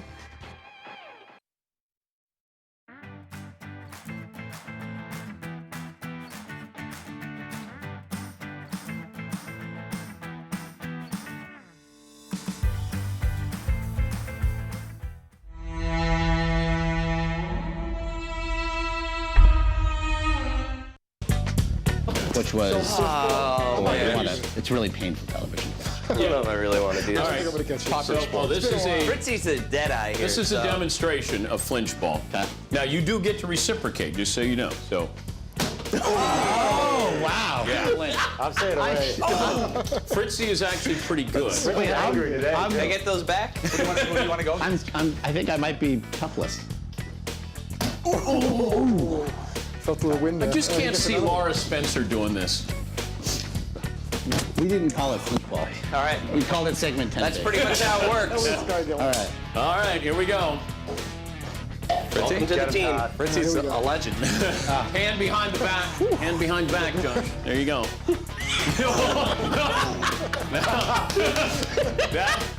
That's technically a flinch, but Well, it's the most unnatural thing. of course it is. Stay tight. I just devolved. I no longer have Are you concave? You're the first guy with a master's to play this. My God. Oh, Fritzy. Fritzy, that was out of respect. Low-hanging fruit. Good job. Look out. Oh, you got to put a little steam on that, Josh. Yeah. He is. Little leg there. And Fritzy is going commando. Fritzy's commando, by the way. Thanks, the flinch ball gods are smiling on me thus far. Wow. Nice. It's the best thing ever. Oh. Last one. Oh! Coming Through back. the wicket. Josh, good to see you, man. Good luck this weekend. All right. See you, man.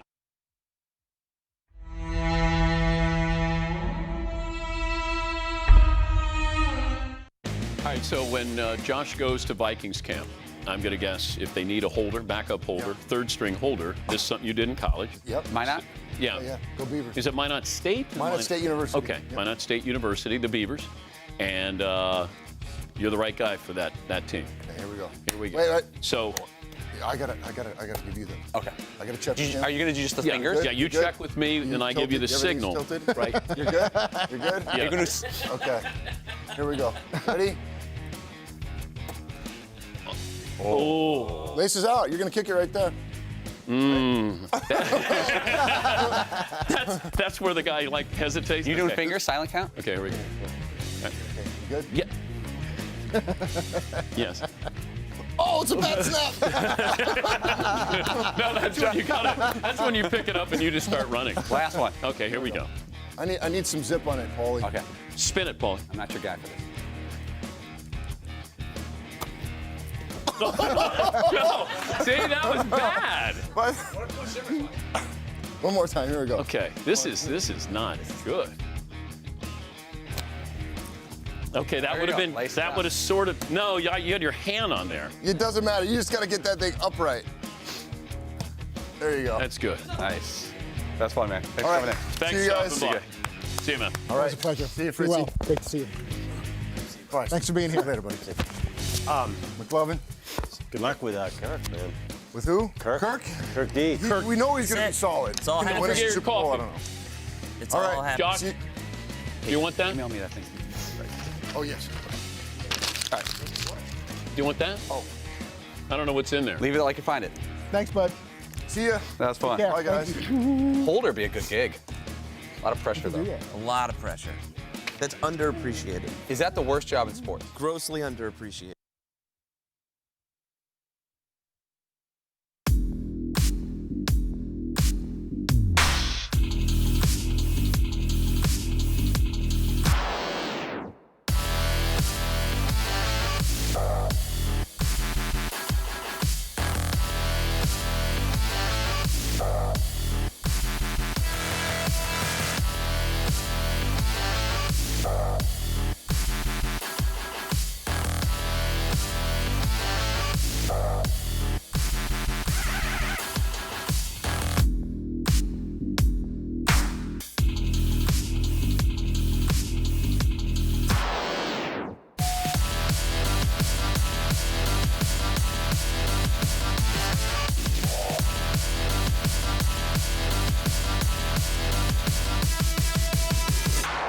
buckle up, boys. Time to go to work.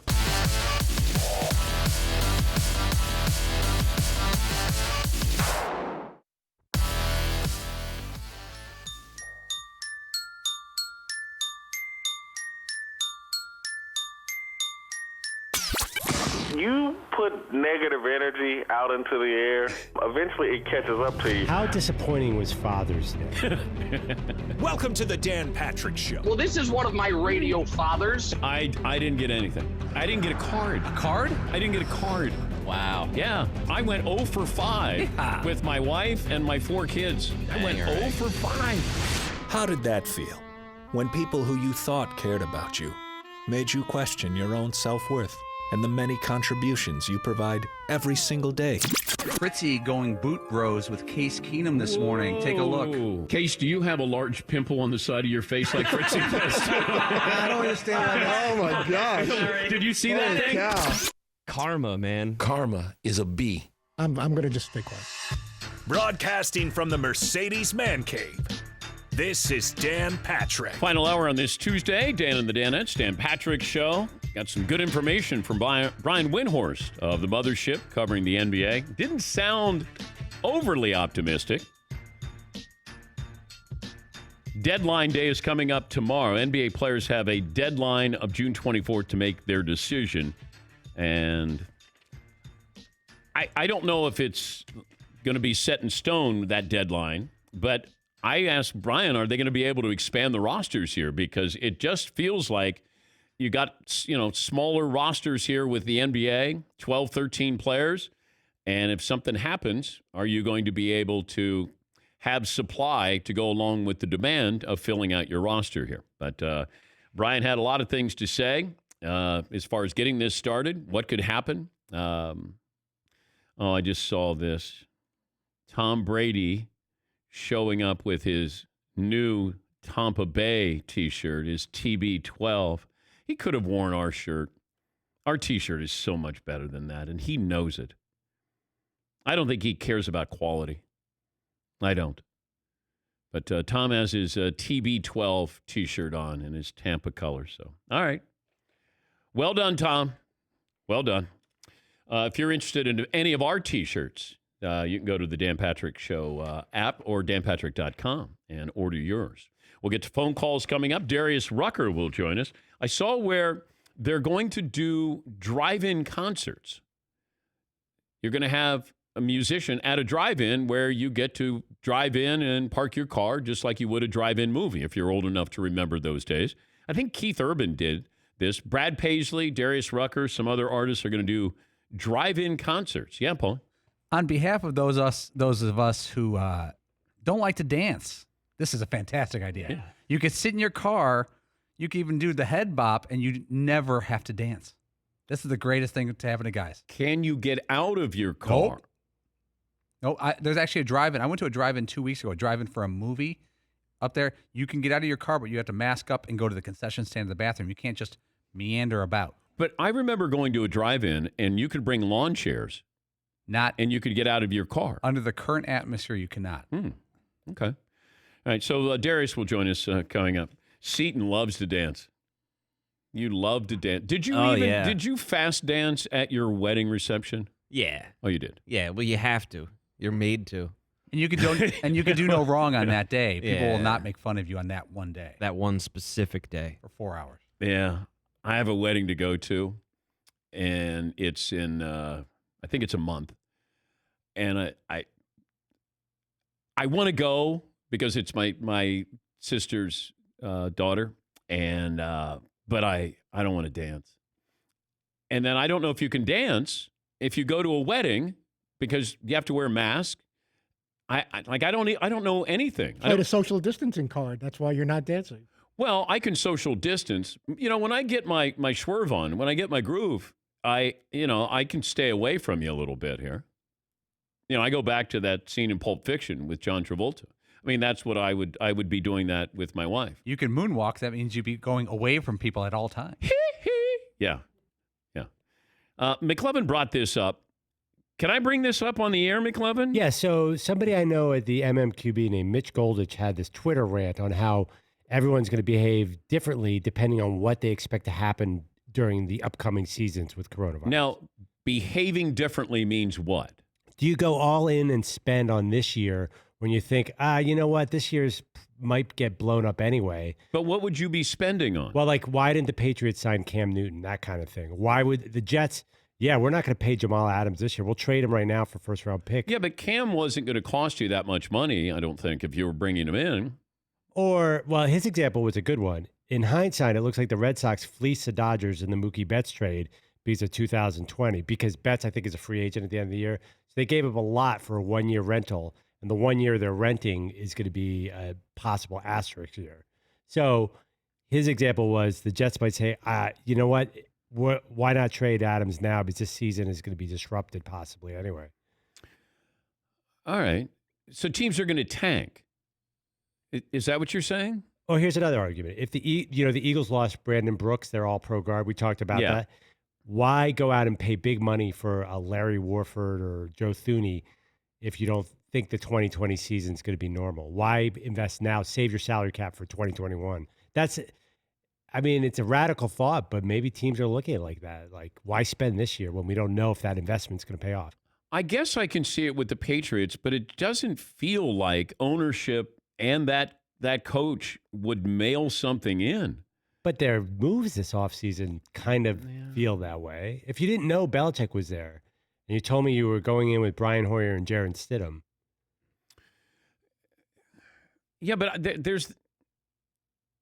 I guess if they were going to do something in the draft, that would have been interesting. As far as signing a free agent quarterback or not signing a free agent quarterback, I don't know if Cam fits what they want to do. If you're saying, what about Colin Kaepernick now? I don't think you bring in that style with what you've done for the last 20 years. Not that Belichick can't make these things work, but it seems like a really radical overhaul to do something like that. I think they got to see what they have at Jarrett Stidham. I understand that. I think they know what they have in him because they've seen him practice. You can see somebody in the game. Like, we were always curious about Garoppolo. We had heard positive things about Garoppolo, and then he got in the game, and then he did okay with the Patriots. And he got a contract from the Niners based off what he did basically with the Patriots there. He won, 5 games or something in a row when he got to San Francisco. But I think you got to find out what you have with Stidham. And I don't think Belichick's playing the short game here. Brady's playing the short game. Brady's got 2 years here, probably. Belichick's probably going, all right, if Stidham doesn't work out, then we'll just draft a quarterback. We'll sign a free agent. I don't think he goes, God, I got to win, People are going to say, oh, it was all about Tom. Tom's the reason why you got all those Super Bowl rings. I don't think Belichick worries about his legacy. And his legacy is set. There's always going to be that argument of, well, who meant more to the Patriots, Belichick or Brady? I would say, Belichick ran an organization. Brady was great in that organization, but to run a great organization, that separates him from, 99.9% of the coaches and GMs. He had interchangeable parts. And yes, Brady was wonderful. He's, the greatest quarterback of all time and decorated in all those platitudes. But you're running an organization and you're coaching. And that's really, really rare. Now you can say, nobody has anywhere near what Brady has, Super Bowl wise. You're right. Let's put it this way. If you say, hey, you got to take Brady and I take Belichick, or the other way around, I'm fine with either one. I think what Belichick has done is harder to do, to have that sustainability with not really the same players. He's had Brady. Green Bay had Brett Favre. How did they do? Like, there have been teams who have had the constant of their quarterback, But I would say Belichick is fine with, if it doesn't work out, I don't think it's going to hurt him. And I'm not worried. If he's not worried about his legacy, then why do I give a damn about his legacy? Yeah, Paul. You had a good point about Brady's 2 years in Tampa. When players like Emmanuel Sanders come available at the trade deadline, can't you see Tampa adding everybody, playing for the next 2 years, throwing out a second-round draft pick to get an available wide receiver. Or, Jadeveon Clowney, remember when he came available in the preseason and Seattle scooped him up? I could see Tampa making a lot of little moves like that over the next year and a half. Yeah, I don't look at, Tampa's not going to subscribe to this, McLovin. If you're saying, well, the Eagles, they got their offensive lineman, Brooks is down for the year, so they're not going to go out and get another guy. Well, his theory was that teams will behave based on what they expect out of the season. So if a team, their doctor's saying, I think we're getting 12 games in and the playoffs are going to be abrupt, then they're not going to be like, well, it's time to go all in. But Tampa obviously thinks they're going to be a seed. So Tampa has better expectations, higher expectations than the Patriots. But it's combined with the fact that Tampa thinks they can win it all. I was wondering, do you think the Patriots can't be bad enough to get in the quarterback mix next year? I mean, they're not in the Trevor sweepstakes or Justin Fields, are they? I wouldn't think so. But they really kind of lack talent. Yeah, it's a nondescript team. That's going to be tough to go up there and watch. You could watch the Patriots and you could say, I'm watching one of the great players of all time in Tom Brady. I love Stephon Gilmore, but I don't know if that's going to be reason enough to tune in. Just not going to do it. Yes, Tune in to watch him not get the ball thrown his way. Yeah, I know. That's what I always like. The most boring player in football is the cornerback who shuts down everybody. Oh, there they go again, throwing the other way. Yep. Gosh, man, that's so incredible. They're not throwing Deion's way. Man, this is great football. Yeah, Paulie. Belichick's worst record with the Patriots, if you skip his first year when they had injuries in Bledsoe, 9-7. They've had this. He's had a couple 10-win seasons. Like for him, that's his low end, 10 wins. All right. And then a bunch of he averages about 13 wins. The over-under is 9, I think, for the Patriots this year. Is anybody taking the over? I got an idea for Shower of Shame. Let me see if you guys want to do it. Now, we don't have to do it for this bet. Okay, we got to get this approved. But I just love the novelty that I would sign up for this. Patriots over-under 9. Do we do 9.5? I'm going to see if it's 8.5 or 9.5. Okay, right now. okay. Here is now, if you do the Shower of Shame, we are checking with the fire department next door. And we wanted to know if the fire department could pull the truck up on the other side of the fence and then take the fire hose and spray it over on our side of the man cave parking lot. They said it would make it there. Now, I would do the Shower of Shame just with that possibility of the fire department with the hose and then firing it over our way. Yes, Paul. I got them at 9 wins even as of yesterday at the Patriots. We could so there tweak could it. be a push. I would do 9.5. What do you get if you win said bet? You get to watch. You get to go and put on. You get to slide down the pole in the firehouse there, if you want to.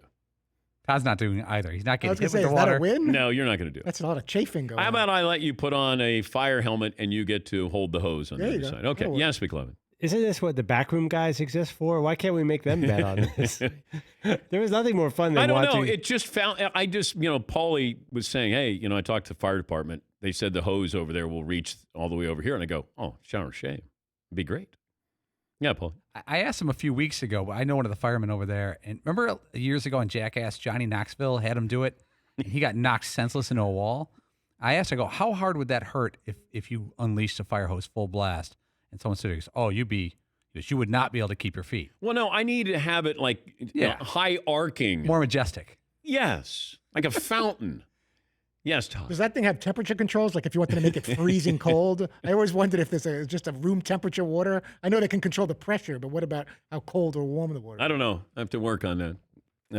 I'll find That'll that make out. it extra interesting if it was like I don't know if it freezing matters. cold. I don't know if it matters in a fire. Yeah, they couldn't put it out. The water's too warm. Ran out of lukewarm water. The building's ablaze, guys. Get on home. Yes. Like none of those things bother me at all. Making me dance would be a severe punishment. Really? Like if you said you lost the Shower of Shame, right? And then that means you have to dance on camera. How about- or if you win the Shower of Shame, then everybody else has to dance. That to me is a lot more fun. All right. Patriots bet. You lose, you dance. If I win. lose, I do the Shower of Shame with the fire hose. I'd rather watch you dance. So it's okay. All right. I've seen Dan shake it a little bit. Oh, yeah. I can moonwalk. Okay, we have to set what happens if there's less than 16 games? It's 16. We'll work on this. This is a work in progress. Just Paulie brought it up at the during the commercial break when we were over there and we saw the fire department leaving there. Let me get some phone calls in here. Sean in New York. Hey, Sean, what do you have for me today? Hey, Dan. I just wanted to say, well, first off, 6 foot, 165. My sister's wedding is actually this upcoming Saturday, and I just wanted to say there will be dancing.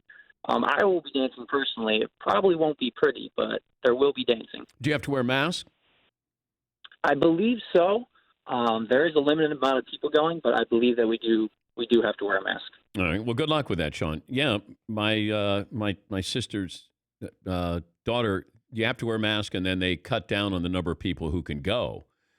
And you go into the church, you got to wear a mask, and do the bride and groom, do you take off the mask when I now pronounce you man and wife? Yeah, because if you think about it, they're probably going to be okay because what's going on later, they're going to, if they have it, they're getting it. Whoa. Imagine 50 years ago, grandkids looking at parents' photos from wedding their wedding. Photos. Yeah. Why are you guys all Wait, you got a mask on. You got a masquerade party? What was going on over there? That's bizarre. Wasn't there a Tom Hanks movie where he was eyes wide shut? Tom Cruise. Tom Cruise. Can you imagine if Tom Hanks was in Eyes Wide Shut? That'd be weird. With Nicole Kidman. That'd be an even weirder movie. Yeah. It would have been a better movie. That'd be great. Jamie in Texas joins us. Hi, Jamie. What do you have for me? Hey, Mr. Patrick, 5'9", 190. Hey, I was just going to tell you, I work for Child Protective Services here, and you and Howard get me through every single day of all the things I have to deal with. And I appreciate you guys so much. I love all roads, no hate at all. And I guess I'll go with Fritzy as my favorite because I'm a big Denver Broncos fan, season ticket holder. And I love that you guys can go from the hot guy draft to the social unrest to talking about the boredom, what we're struggling with no sports. And I have 2 words for you. Nice. Thank you, Jamie. Was nice like 2 syllables? Did I miss a word there? 2 words for you. Nice. Thank you, Jamie. All right, let me take a break here. The popular Darius Rucker set to join us coming up there. McLovin, what's the results of the poll question? Yeah, we still have Justin Tucker versus Jamal Wait, Adams. I thought we were putting up no, you're right. We did put up the owner. We put up the owners. Who's the worst owner in sports? And I gave you the Ford family with the Lions, which, by the way, did you see the news story? They're in the news today. They just passed it from one Ford to another. But, okay, Dolan, 68%. Then the Lions and Browns are tied at second at 10%. So it's a Dolan poll, as you predicted. The Dolan poll. Yeah, we were talking about the Patriots here. We know Buffalo's good. The Dolphins will be better. I don't know if the Jets are going to be any better. I'm going to say they will be better. I don't know if they're going to be good. But Buffalo should be. If Buffalo's going to win the division, this is the year you got to win the division.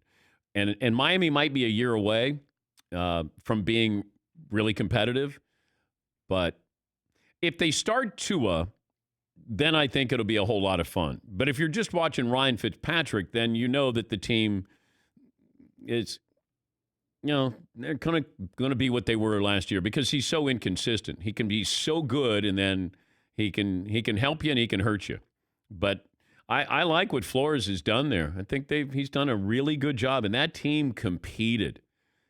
I always love to see a team that's not in the playoff race, and it would benefit them by losing, and they play hard. And Miami played hard at the end of last season. A couple of those teams did that. All right, we'll take a break.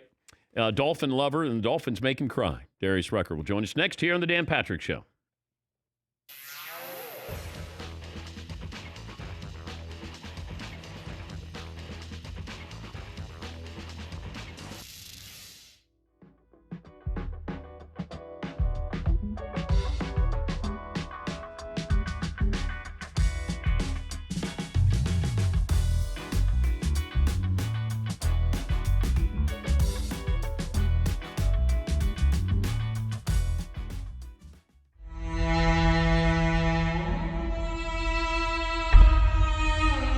I think I saw the real Buttermaker last week.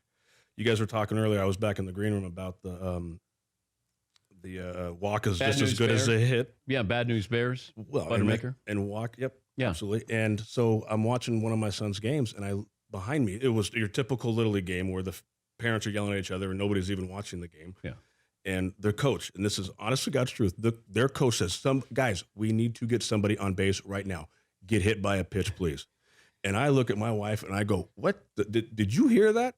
So getting back to your walk's better than hit, this guy actually and he was serious. He told these kids to go get hit. They're 12. Okay. Now here you are as a former major leaguer. Are you coaching your kids? Mm-hmm. Okay. Parents are the worst. That's the worst part of Little League. It feels like the parents. Without a doubt. Okay. How tough is it for you as a former player, an all-star, to be able to teach without the other parents kind of saying, no, maybe this is how it should be done? Very, very fortunate. My Little League team, the Spikes is what we're called. I have the best parents ever. I have not had one problem with anybody. I don't know if it's because of the tattoos that I have or not, but how many I don't tattoos? know if I scared them. Well, but I think that's you got sleeves? Oh, I have. Yeah, that was a long time ago. But yeah, I got. So I think that when I have, they think I look a little bit crazy. But no, I have unbelievable parents. Okay. But other parents, they're nuts. I could tell you stories that you would be like, are you kidding me? I mean, just like the Buttermaker one. He was dead serious when he told that kid. Give me a story without any names. About Little League. Yeah. Okay. Well, we come back by 11 runs. 11 runs in the ninth inning, and we win. Or seventh inning, I guess. Yeah. And the other team, I couldn't tell you where they're from. We're walking out, and the head coach was cursing at these kids because he couldn't believe. And when I mean cursing, pretty good. A lot. So I had to go over there, and I said, "Hey, you know what? This is unacceptable. Number one, because you have grandparents, you have parents, siblings walking by, and I mean, it was F-bomb after F-bomb, and it was. So I went over and I said, "Hey, listen, dude, what you need to do is get out of here because you're embarrassing yourself, but more importantly, you're embarrassing your kids. I mean, and that's just one. I mean, there's another one. So this isn't even your team. No. This is another team. Yeah. Oh my God. And there was another one where a kid forgot to tag up from second base, fly ball right field, and he got thrown out, and their third base coach is yelling at him. I says, well, instead of yelling at this kid, why don't you just tell him that, when the guy catches the ball in the air, you have to step on and then that's called tagging up. Instead of yelling at him, these kids don't know. But when did we get to the point where coaching became yelling? When parents are living vicariously through their kids. But even, like coaches professionally, that if I want to say something to my kids, I want to get through to them. But yelling does not get through to them. But man, if I say you really disappointed me. That's a good one. Or, just talk to them. And so if I yell at you, I just feel like at some point you tune me out. And I don't know. Or you're going to snap. Yeah. One of the two. Yeah. But it's not a good look when you see. And look, there are legendary coaches who have done this, but it just feels like when you go to argue balls and strikes and you see a manager go toe-to-toe with an umpire, what is that for? Like more than anything, protecting the player. But can I say something to the umpire in a way that doesn't have to be a show? Mm-hmm. And if you have a catcher who is actually running the game, is prepared, they do the talking for you. Now, when you see, and you don't even see managers getting ejected now because of instant replay, but there's an occasion where something. But when you see a manager arguing now, it's all for protecting the player. They have to, which you have to stand up for your players, whether you're right or wrong. But how do you give the message to an umpire as a catcher? I have straight ahead, just don't even look back at him. First thing I always said when I went out to, hey, Bob, how's the wife and kids? I've had beers, and I'm telling you, that goes a long way because these guys have a difficult job if you think about it. Wait, you've had beers with umpires? Oh, yeah. I mean, like spring training, and lunch, what I've taken out. I mean, they're good guys for the most part. And there's a couple out there, but that's just how it is everywhere. But these guys, you got to think about it. I think they get two-week vacations a season, I believe. I'm not sure. But, I mean, you're going 3 days. You live out of a hotel. Yeah. Okay, you're going to Colorado. You're going to San Diego. You're going to Milwaukee. I mean, these guys got it. So I had when I caught, I developed a relationship with him. And trust me, come the 7th inning, I might get that borderline pitch. And I'm talking about offensively that a lot of other players don't have. But, I mean, you are in a conversation from the first pitch to the last.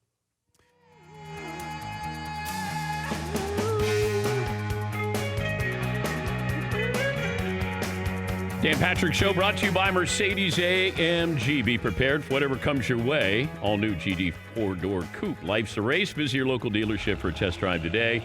If you missed any of our interviews from the Mercedes-AMG Man Cave, go to the Dan Patrick Show app. Watch and listen from inside the Mercedes-AMG Man Cave, Mercedes-AMG driving performance. Bubba Wallace will join us on the program in the first hour of the show coming up tomorrow. I just saw where Live Nation announced the drive-in concert series, and Darius Rucker is going to be part of that. Concert goers will be able to drive into parking lots of amphitheaters with a maximum of 4 people per car. Tickets go on sale this Friday. Darius is going to be performing at Nissan Stadium July 12th in Nashville. That's a pretty good idea, cool idea. Darius joins us on the program. What's the longest you've gone without performing in front of a crowd, no matter what size? This break. It's probably the longest I've gone since I was 20. That without playing shows. What do you miss most about it? The being on stage is just the feedback of the crowd. I miss that so much. You always, if you were taking 2 weeks off or 3 weeks off, you always had that show on the calendar that was there. When you were going to play again. So I think I took it for granted a lot. And now looking at the calendar and not knowing when you're going to play again was tough. And it really made me realize how much I love doing what I do. We've talked about the smallest crowd you played in front of with the Blowfish when you guys first started out.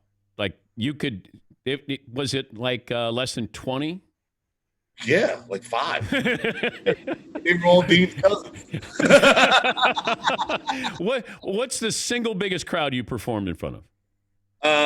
In 94, the two biggest crowds we played for in 95, we played in East Lansing, Michigan at a festival, and there was 72,000 people there. And then in Charleston, we played a festival that had like 75,000 people there. Do you know, does it matter if it's 20,000 to 60,000? Does it matter to you with the energy or? With the venues, you don't even know. It does. I mean, once you get that many people in there, you look and you go, holy goodness, there's a lot of people, but the energy is the same. The oddest band that you opened for? Oh, my goodness. The oddest as in weird or like oddest as an odd band? Well, it wouldn't match your music. Oh, we opened up for Alex Chilton one day. Yeah, we opened up for Alex Chilton at a club one night. Yeah, he didn't like us very much. Who else did you guys open up for? Oh, goodness. Back in the day, Toad the Wet Sprocket, we opened up for Big Head Todd and the Monsters was our first big tour. And, those tours both went the same way. We started opening up for the guys, and by the end of the tour, our record was taken off, and you felt bad, but, what were you going to do? Oh, I was there with Toad the Wet Sprocket. Sure. And Toad was big at the time, and then all of a sudden I checked back in with you at the end of the tour, and it was – and ladies and gentlemen, please welcome Toad the Wet Sprocket, and then that would be the opening band, and I went, uh-oh, what just happened? Because I would get there early so I could see you guys, and I realized that you guys were the headliner there. Yeah, it was early on. It was the record took off so fast. It was funny to watch that stuff. All of this stuff, there's a couple of things I wanted to talk to you about. As long as I've known you, which is, I think, 26 years, you've talked about South Carolina getting that Confederate flag down off the state capitol. That has happened. You see what's happening with Bubba Wallace at NASCAR events. You have gone and performed at NASCAR events. What was that feeling like? Did you ever feel uncomfortable when you went singing the anthem? You always feel uncomfortable when you're a black guy and you're driving into places and you see a bunch of Confederate flags. You always feel uncomfortable. I mean, there's no two ways about that. I mean, that's just an uncomfortable feeling. So, yeah, I felt uncomfortable, but, I get by that stuff. And what happened to Bubba? I mean, when I read that, I really cried. I thought, wow, that's really still where we are? Yeah. That somebody thought that was a cool thing to do, go do that to, that's just unbelievable, man. That's sad. It's sad that we're still there in the world. And you see these videos of people. I mean, I saw a video yesterday with a woman who was yelling at this crowd that she's going to teach her grandkids to hate you. I was like, what is happening in the world right now? This is unbelievable. Have you met Bubba? I met Bubba, yeah. Bubba's a great dude, man. I mean, Bubba's a great guy, and Richard Petty to put him in a car, and that was huge for NASCAR. The And 43 car too. the legendary 43 car that was driven by the King, Yeah. and owned by the King now, and it's like it's just that's just. I love what NASCAR did. I thought it was a big, strong move to make the statement they made, and I guess the hatred is making their statement too. How did you process, what happened in Minneapolis? I watched that video once and couldn't watch it again. To watch a guy die. We watched the guy die, and it didn't have to happen. And it breaks your heart. And, I'm an American. I love this country. And you see that and you just go, man, we got to do better. And you see all the protests and everything. This is the first time I felt like it was different. I usually feel like, okay, people are going to yell and scream, we're going to talk, and nothing's going to change. But this time I feel like things are changing. But I've been around you, and, people treat you differently because you're famous. But I'm sure you've been driving in a car, and they don't know you're famous, but they know you're driving a nice car, and you get pulled over.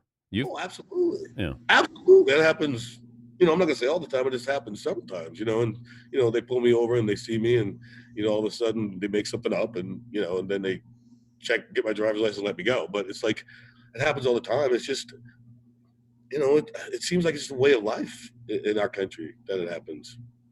But I don't know if you talked to, your wife about your son, Jack, that, he's a teenager now, of just that fear. Like, what is the world? And he's going to be susceptible to all these things that we're watching now, or there's that possibility of that being out there. I talked to Jack about it, and it's you don't want your kids to go through that stuff. Like the thing that happened to Bubba, I can imagine if that was my son. I mean, and you got to talk about it. It's sad that you have to talk to your kid about, getting stopped by the police or the racism that's in the world and all this stuff. It's sad, but you have to talk about it because it's real. Because we're living it every friggin' day. And I don't know.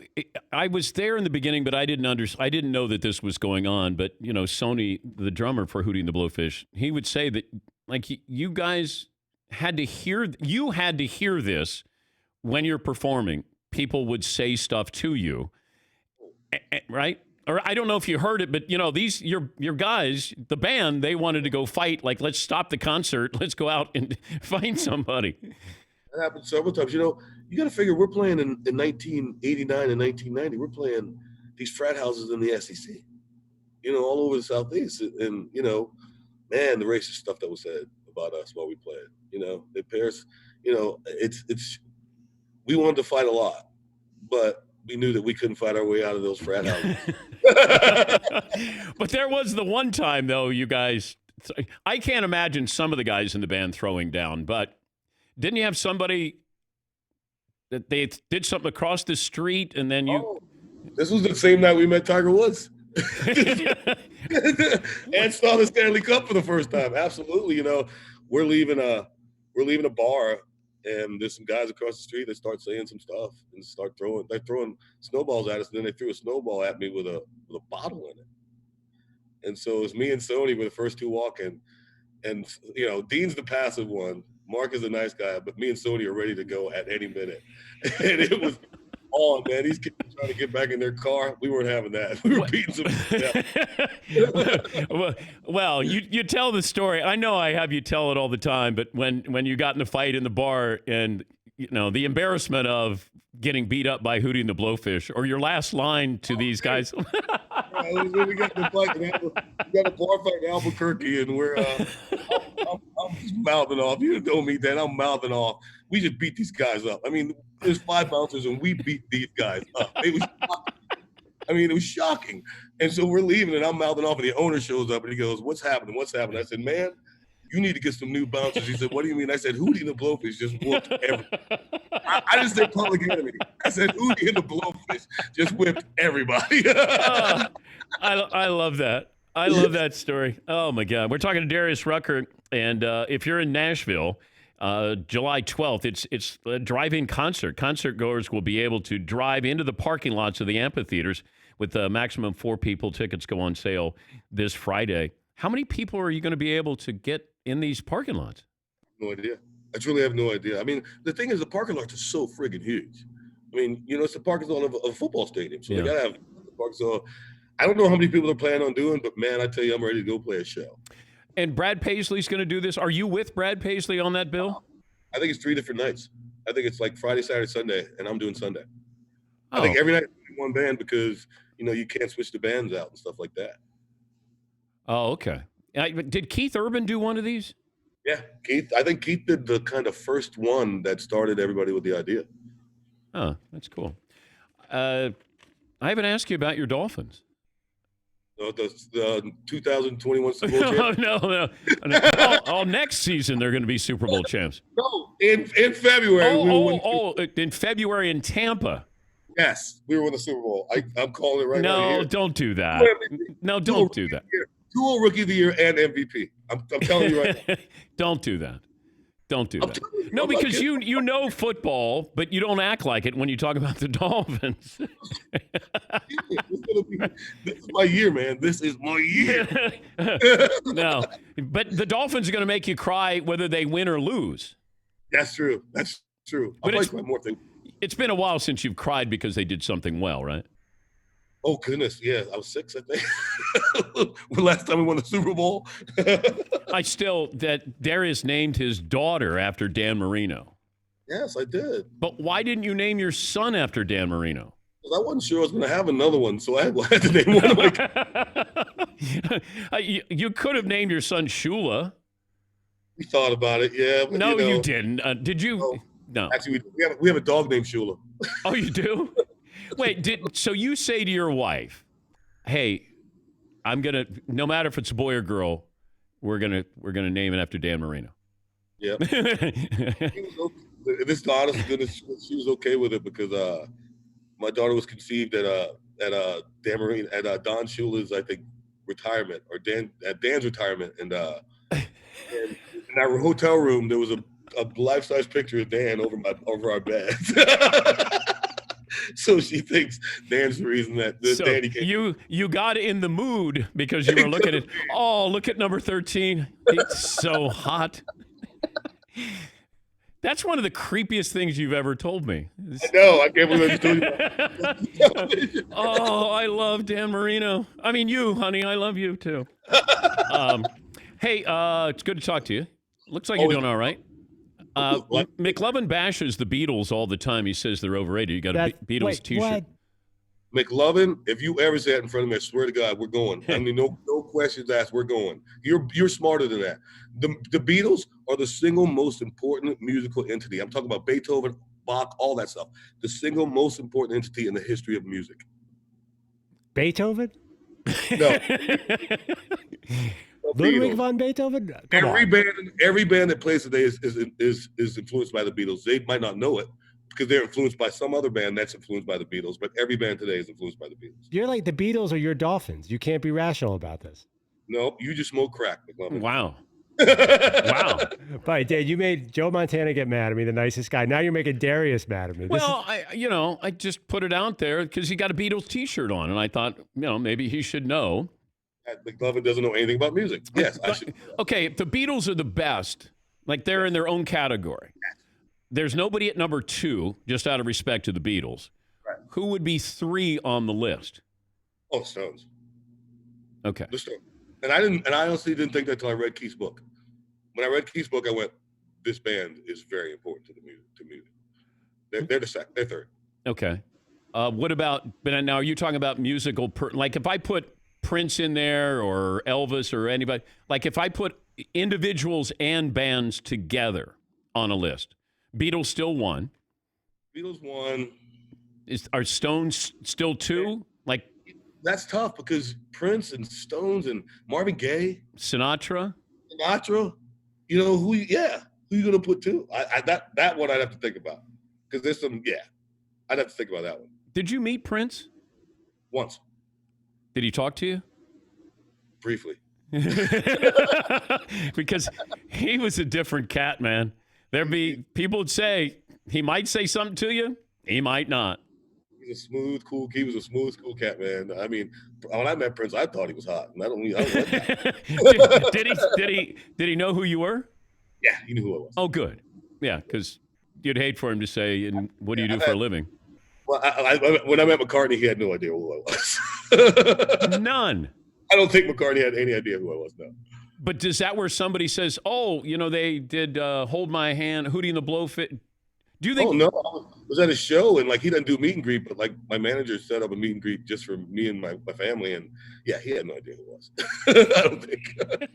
He just said, "Oh, it's nice to meet you," and then that was it, and it just went down. I'm trying not to cry. Tell him how much I love him. How I wouldn't be here if it wasn't for him. And he's like, I don't. Of course.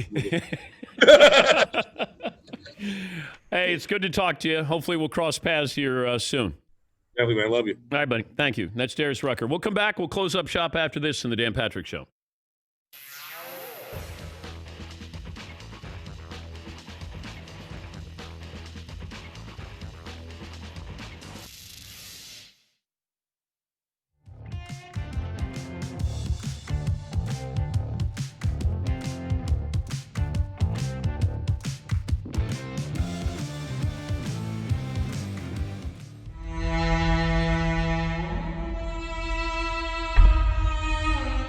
How do you get a skit on the air? If you're going to do an impersonation, let's say you did the Stephen A. Smith one. Uh-huh. Now, when you pitch that, uh-huh. How do you pitch? Actually, that was the process is on Monday we have a pitch meeting, and on Tuesday is writing night, and then Wednesdays read through, and whatever makes it through read through gets to Thursday and Friday's rehearsal, and then Saturday is dress rehearsal and run through, and then after dress rehearsal, you'll know what the show is going to be pretty much. And you really don't even really know until it airs, because it's things can get cut at the last minute. But speaking of that Stephen A. Smith thing, I know you were talking about Robert Smigel. Is he supposed to be on this? Yeah, he's supposed to be on next time. He actually came to me with that idea, and he was like, "Yo, I got this Stephen A. Smith idea," and I was like, "Really?" He was like, "Yeah." And so that's credit out to him.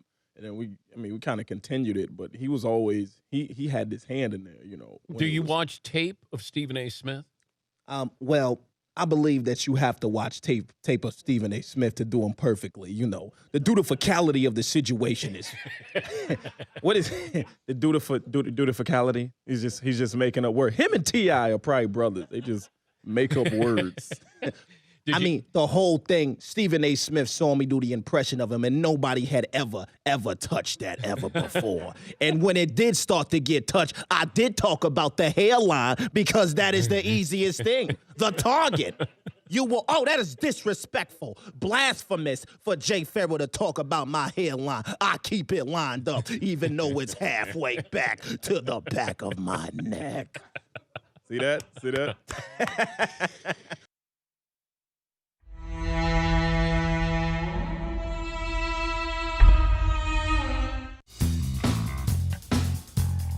You guys have no idea what we can't. It's been.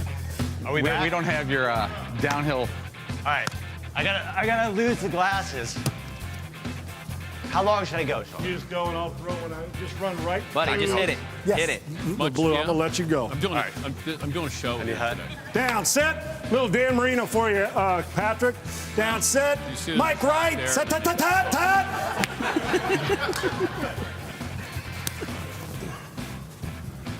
Oh! Here, catch another one. Here you go. All right. I can't see a thing. Ow. Stay right there. Throw that ball back. I don't think he can throw it We got back. to give him a catch. Stand right there on that mat. We'll get you a catch. You got about 30 Sean, to radio. It gets lost in the lights. Here we go. One more.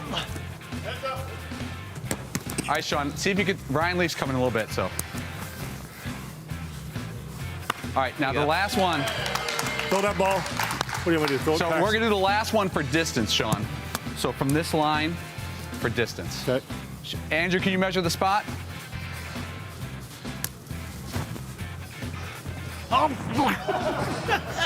You hit the green. There you go. We'll come Thank back. you. Thank you. Appreciate it, guys. Good job. Now that I got a blown out rotator cuff. My bad. Okay, so my daughter needs. Like just wants dribbling drills. Oh, so you got to keep your head up So when the you winner dribble. is So Sven in it's always Cincinnati. like that. See Keep your what's head happening up. here? And I'm trying to do a what's thing going where on. The numbers give are her a little 25 and 21. Yeah.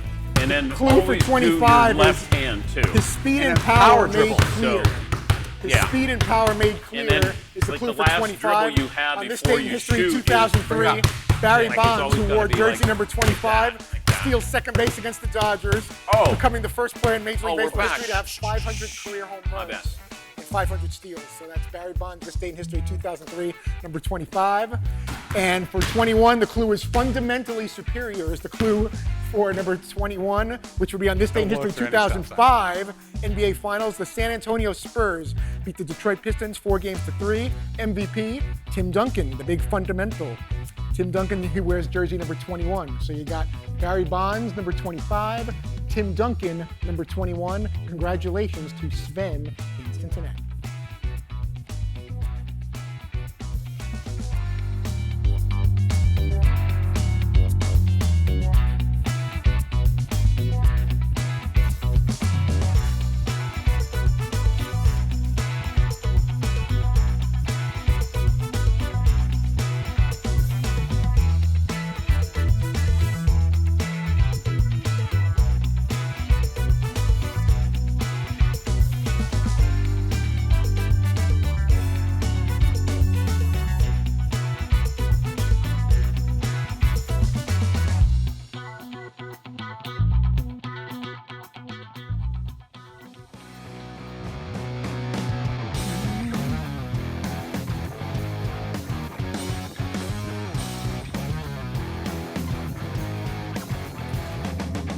Last call for phone calls. What we learn, what's in store tomorrow, this day in sports history. Final results of the poll question. Bubba Wallace will join us on the program tomorrow. Anybody else there, Toddler? Working on many things right now, just Bubba. That's all we got. A nice start to tomorrow, and then after that, I don't know. I didn't think you were going to go, got Bubba Wallace, I'm not going to be working on things. I know, but that's just the guilt that I have. If I don't have multiple guests lined up for the next day, I feel like I got to say something like, but I'm efforting many other guests. That's So it sounds better by you saying. Sounds like 24/7, nonstop, going after guests. Okay. Paulie has a movie review as well. Let me see. Aaron in Ohio. Hi, Aaron. What do you have for me today? Hey, DP. Thank you. Second time, long time. 6'3", 220. Mark Wahlberg. Same day, same month, same year. Whoa. Nice. Little shot there. Yeah. Little far shot there. Can you believe that? Same day. That's amazing that would happen. Same day, same month, same year. I'm not a big fan of asterisk discussions, but something I think is interesting here, talking to Windhorst. What happens if we get to the conference finals or the finals in the NBA and Giannis or LeBron test positive? The whole season changes. The whole outcome is completely different. Yeah, but I think by the time we get to that point, though, and thank you, Aaron, that they're going to be going through the testing process and that everybody's going to be in that bubble for months. And therefore, unless there's somebody who somehow gets in and all of a sudden somebody comes down with the COVID-19, I think by then everybody is going to feel safer. The longer you're there, the safer you're going to feel. I'm guessing here. Tim in Michigan. Hey, Tim. Hey, Dan. Hey, Tim. First time, long time. 6 foot 230. I was just wondering, what's your thoughts on how Vegas will be adjusting point spreads based on the virus concerns? Well, I think that's going to be, and it's interesting that you bring that up, because you're going to have games that are taken off the board. If they don't know the status of a player, they're going to take games off the board. Also, with the no home court advantage there, what's that going to do? We should get somebody on from Vegas, Paulie. Maybe somebody with point spreads. NBA lines? Well, just all neutral of this. sites? Yeah, all of this, yeah. This day in sports history, what do you have for me? Little sparse, Dan, so I'm calling an audible. Saw a sports movie. I think I'm air quoting sports movie. Ford versus Ferrari the other day. It's really good. It's good. I kind of thought I had low expectations, even though it got good reviews. I thought it was going to be hokey. I thought it was a pretty good movie. Christian Bale's good. I just didn't like the ending, but I thought it was good. It was interesting. Really a solid flick. Is that a sports movie? Yeah. All right. But are sports movies really sports movies? It's all about relationships. But there has to be some type of contest at some point. But Bull Durham is not a baseball movie. It's about relationships. But he does hit the dinger to set the all-time record for minor league home runs. Yeah, but then he also is with Susan Sarandon. McLovin, you're cringing back there. What's the problem? I'm on an island. I didn't love Ford versus Ferrari. I liked it. I didn't if it love comes it. on again, like I have no urge to see it again. Yeah, but how many movies do you have an urge to see again? I kind of watch things a couple times on cable if they're made. Like what movie would you go, I would watch it from start to finish again? Goodfellas. Yeah. Seton? I'm a movie rewatcher though. I've seen the Lord of the Rings trilogy a dozen times. I've seen the Marvel movies. Every possible order you could watch them to rework the story so you see it in a different way. I've done that too. So I watch movies over and over again. I'll watch The Revenant every single time it's on. I haven't watched any of the Marvel movies or the Lord of the Rings. I haven't seen any of those. Yeah, Paul. I watched Usual Suspects last night, and I've probably seen it 30 times. I'm still not sure what I'm supposed to think happened in that movie, what really happened and what didn't. Like, if I would like to see someone do a deep dive on that movie. Seton's down on Usual Suspects. Really? Yeah. I was very high on it, but I don't think it holds up. That's fair. Doesn't hold up. No.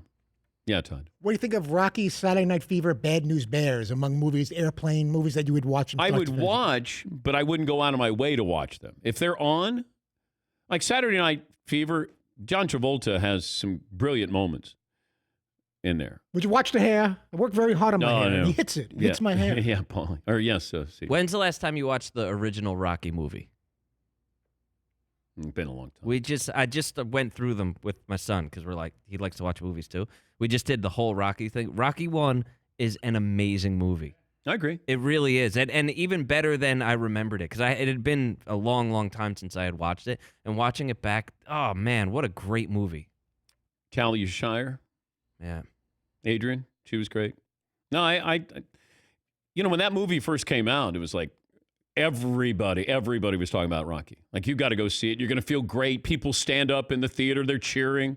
It was great. Totally holds up. Yeah, it does. I didn't need some of the other Rockies, but that's all right. Like Mason the Line Dixon is one of the fighters that Rocky had to go up against. Oh, it was? It was like Rocky was like Rocky 9 or whatever. It was Rocky Balboa. Like, they ran out of numerals. Let me see. So we got Wednesday's show with Bubba Wallace. Final results of the poll question, McLovin. Worst owner is no question the Knicks and Dolan run away with it. Congratulations. No big surprise. The Knicks win something. They win. Jeff in Florida. Hi, Jeff. What do you have for me today? Hey, thanks, Dan. 5'9", 170.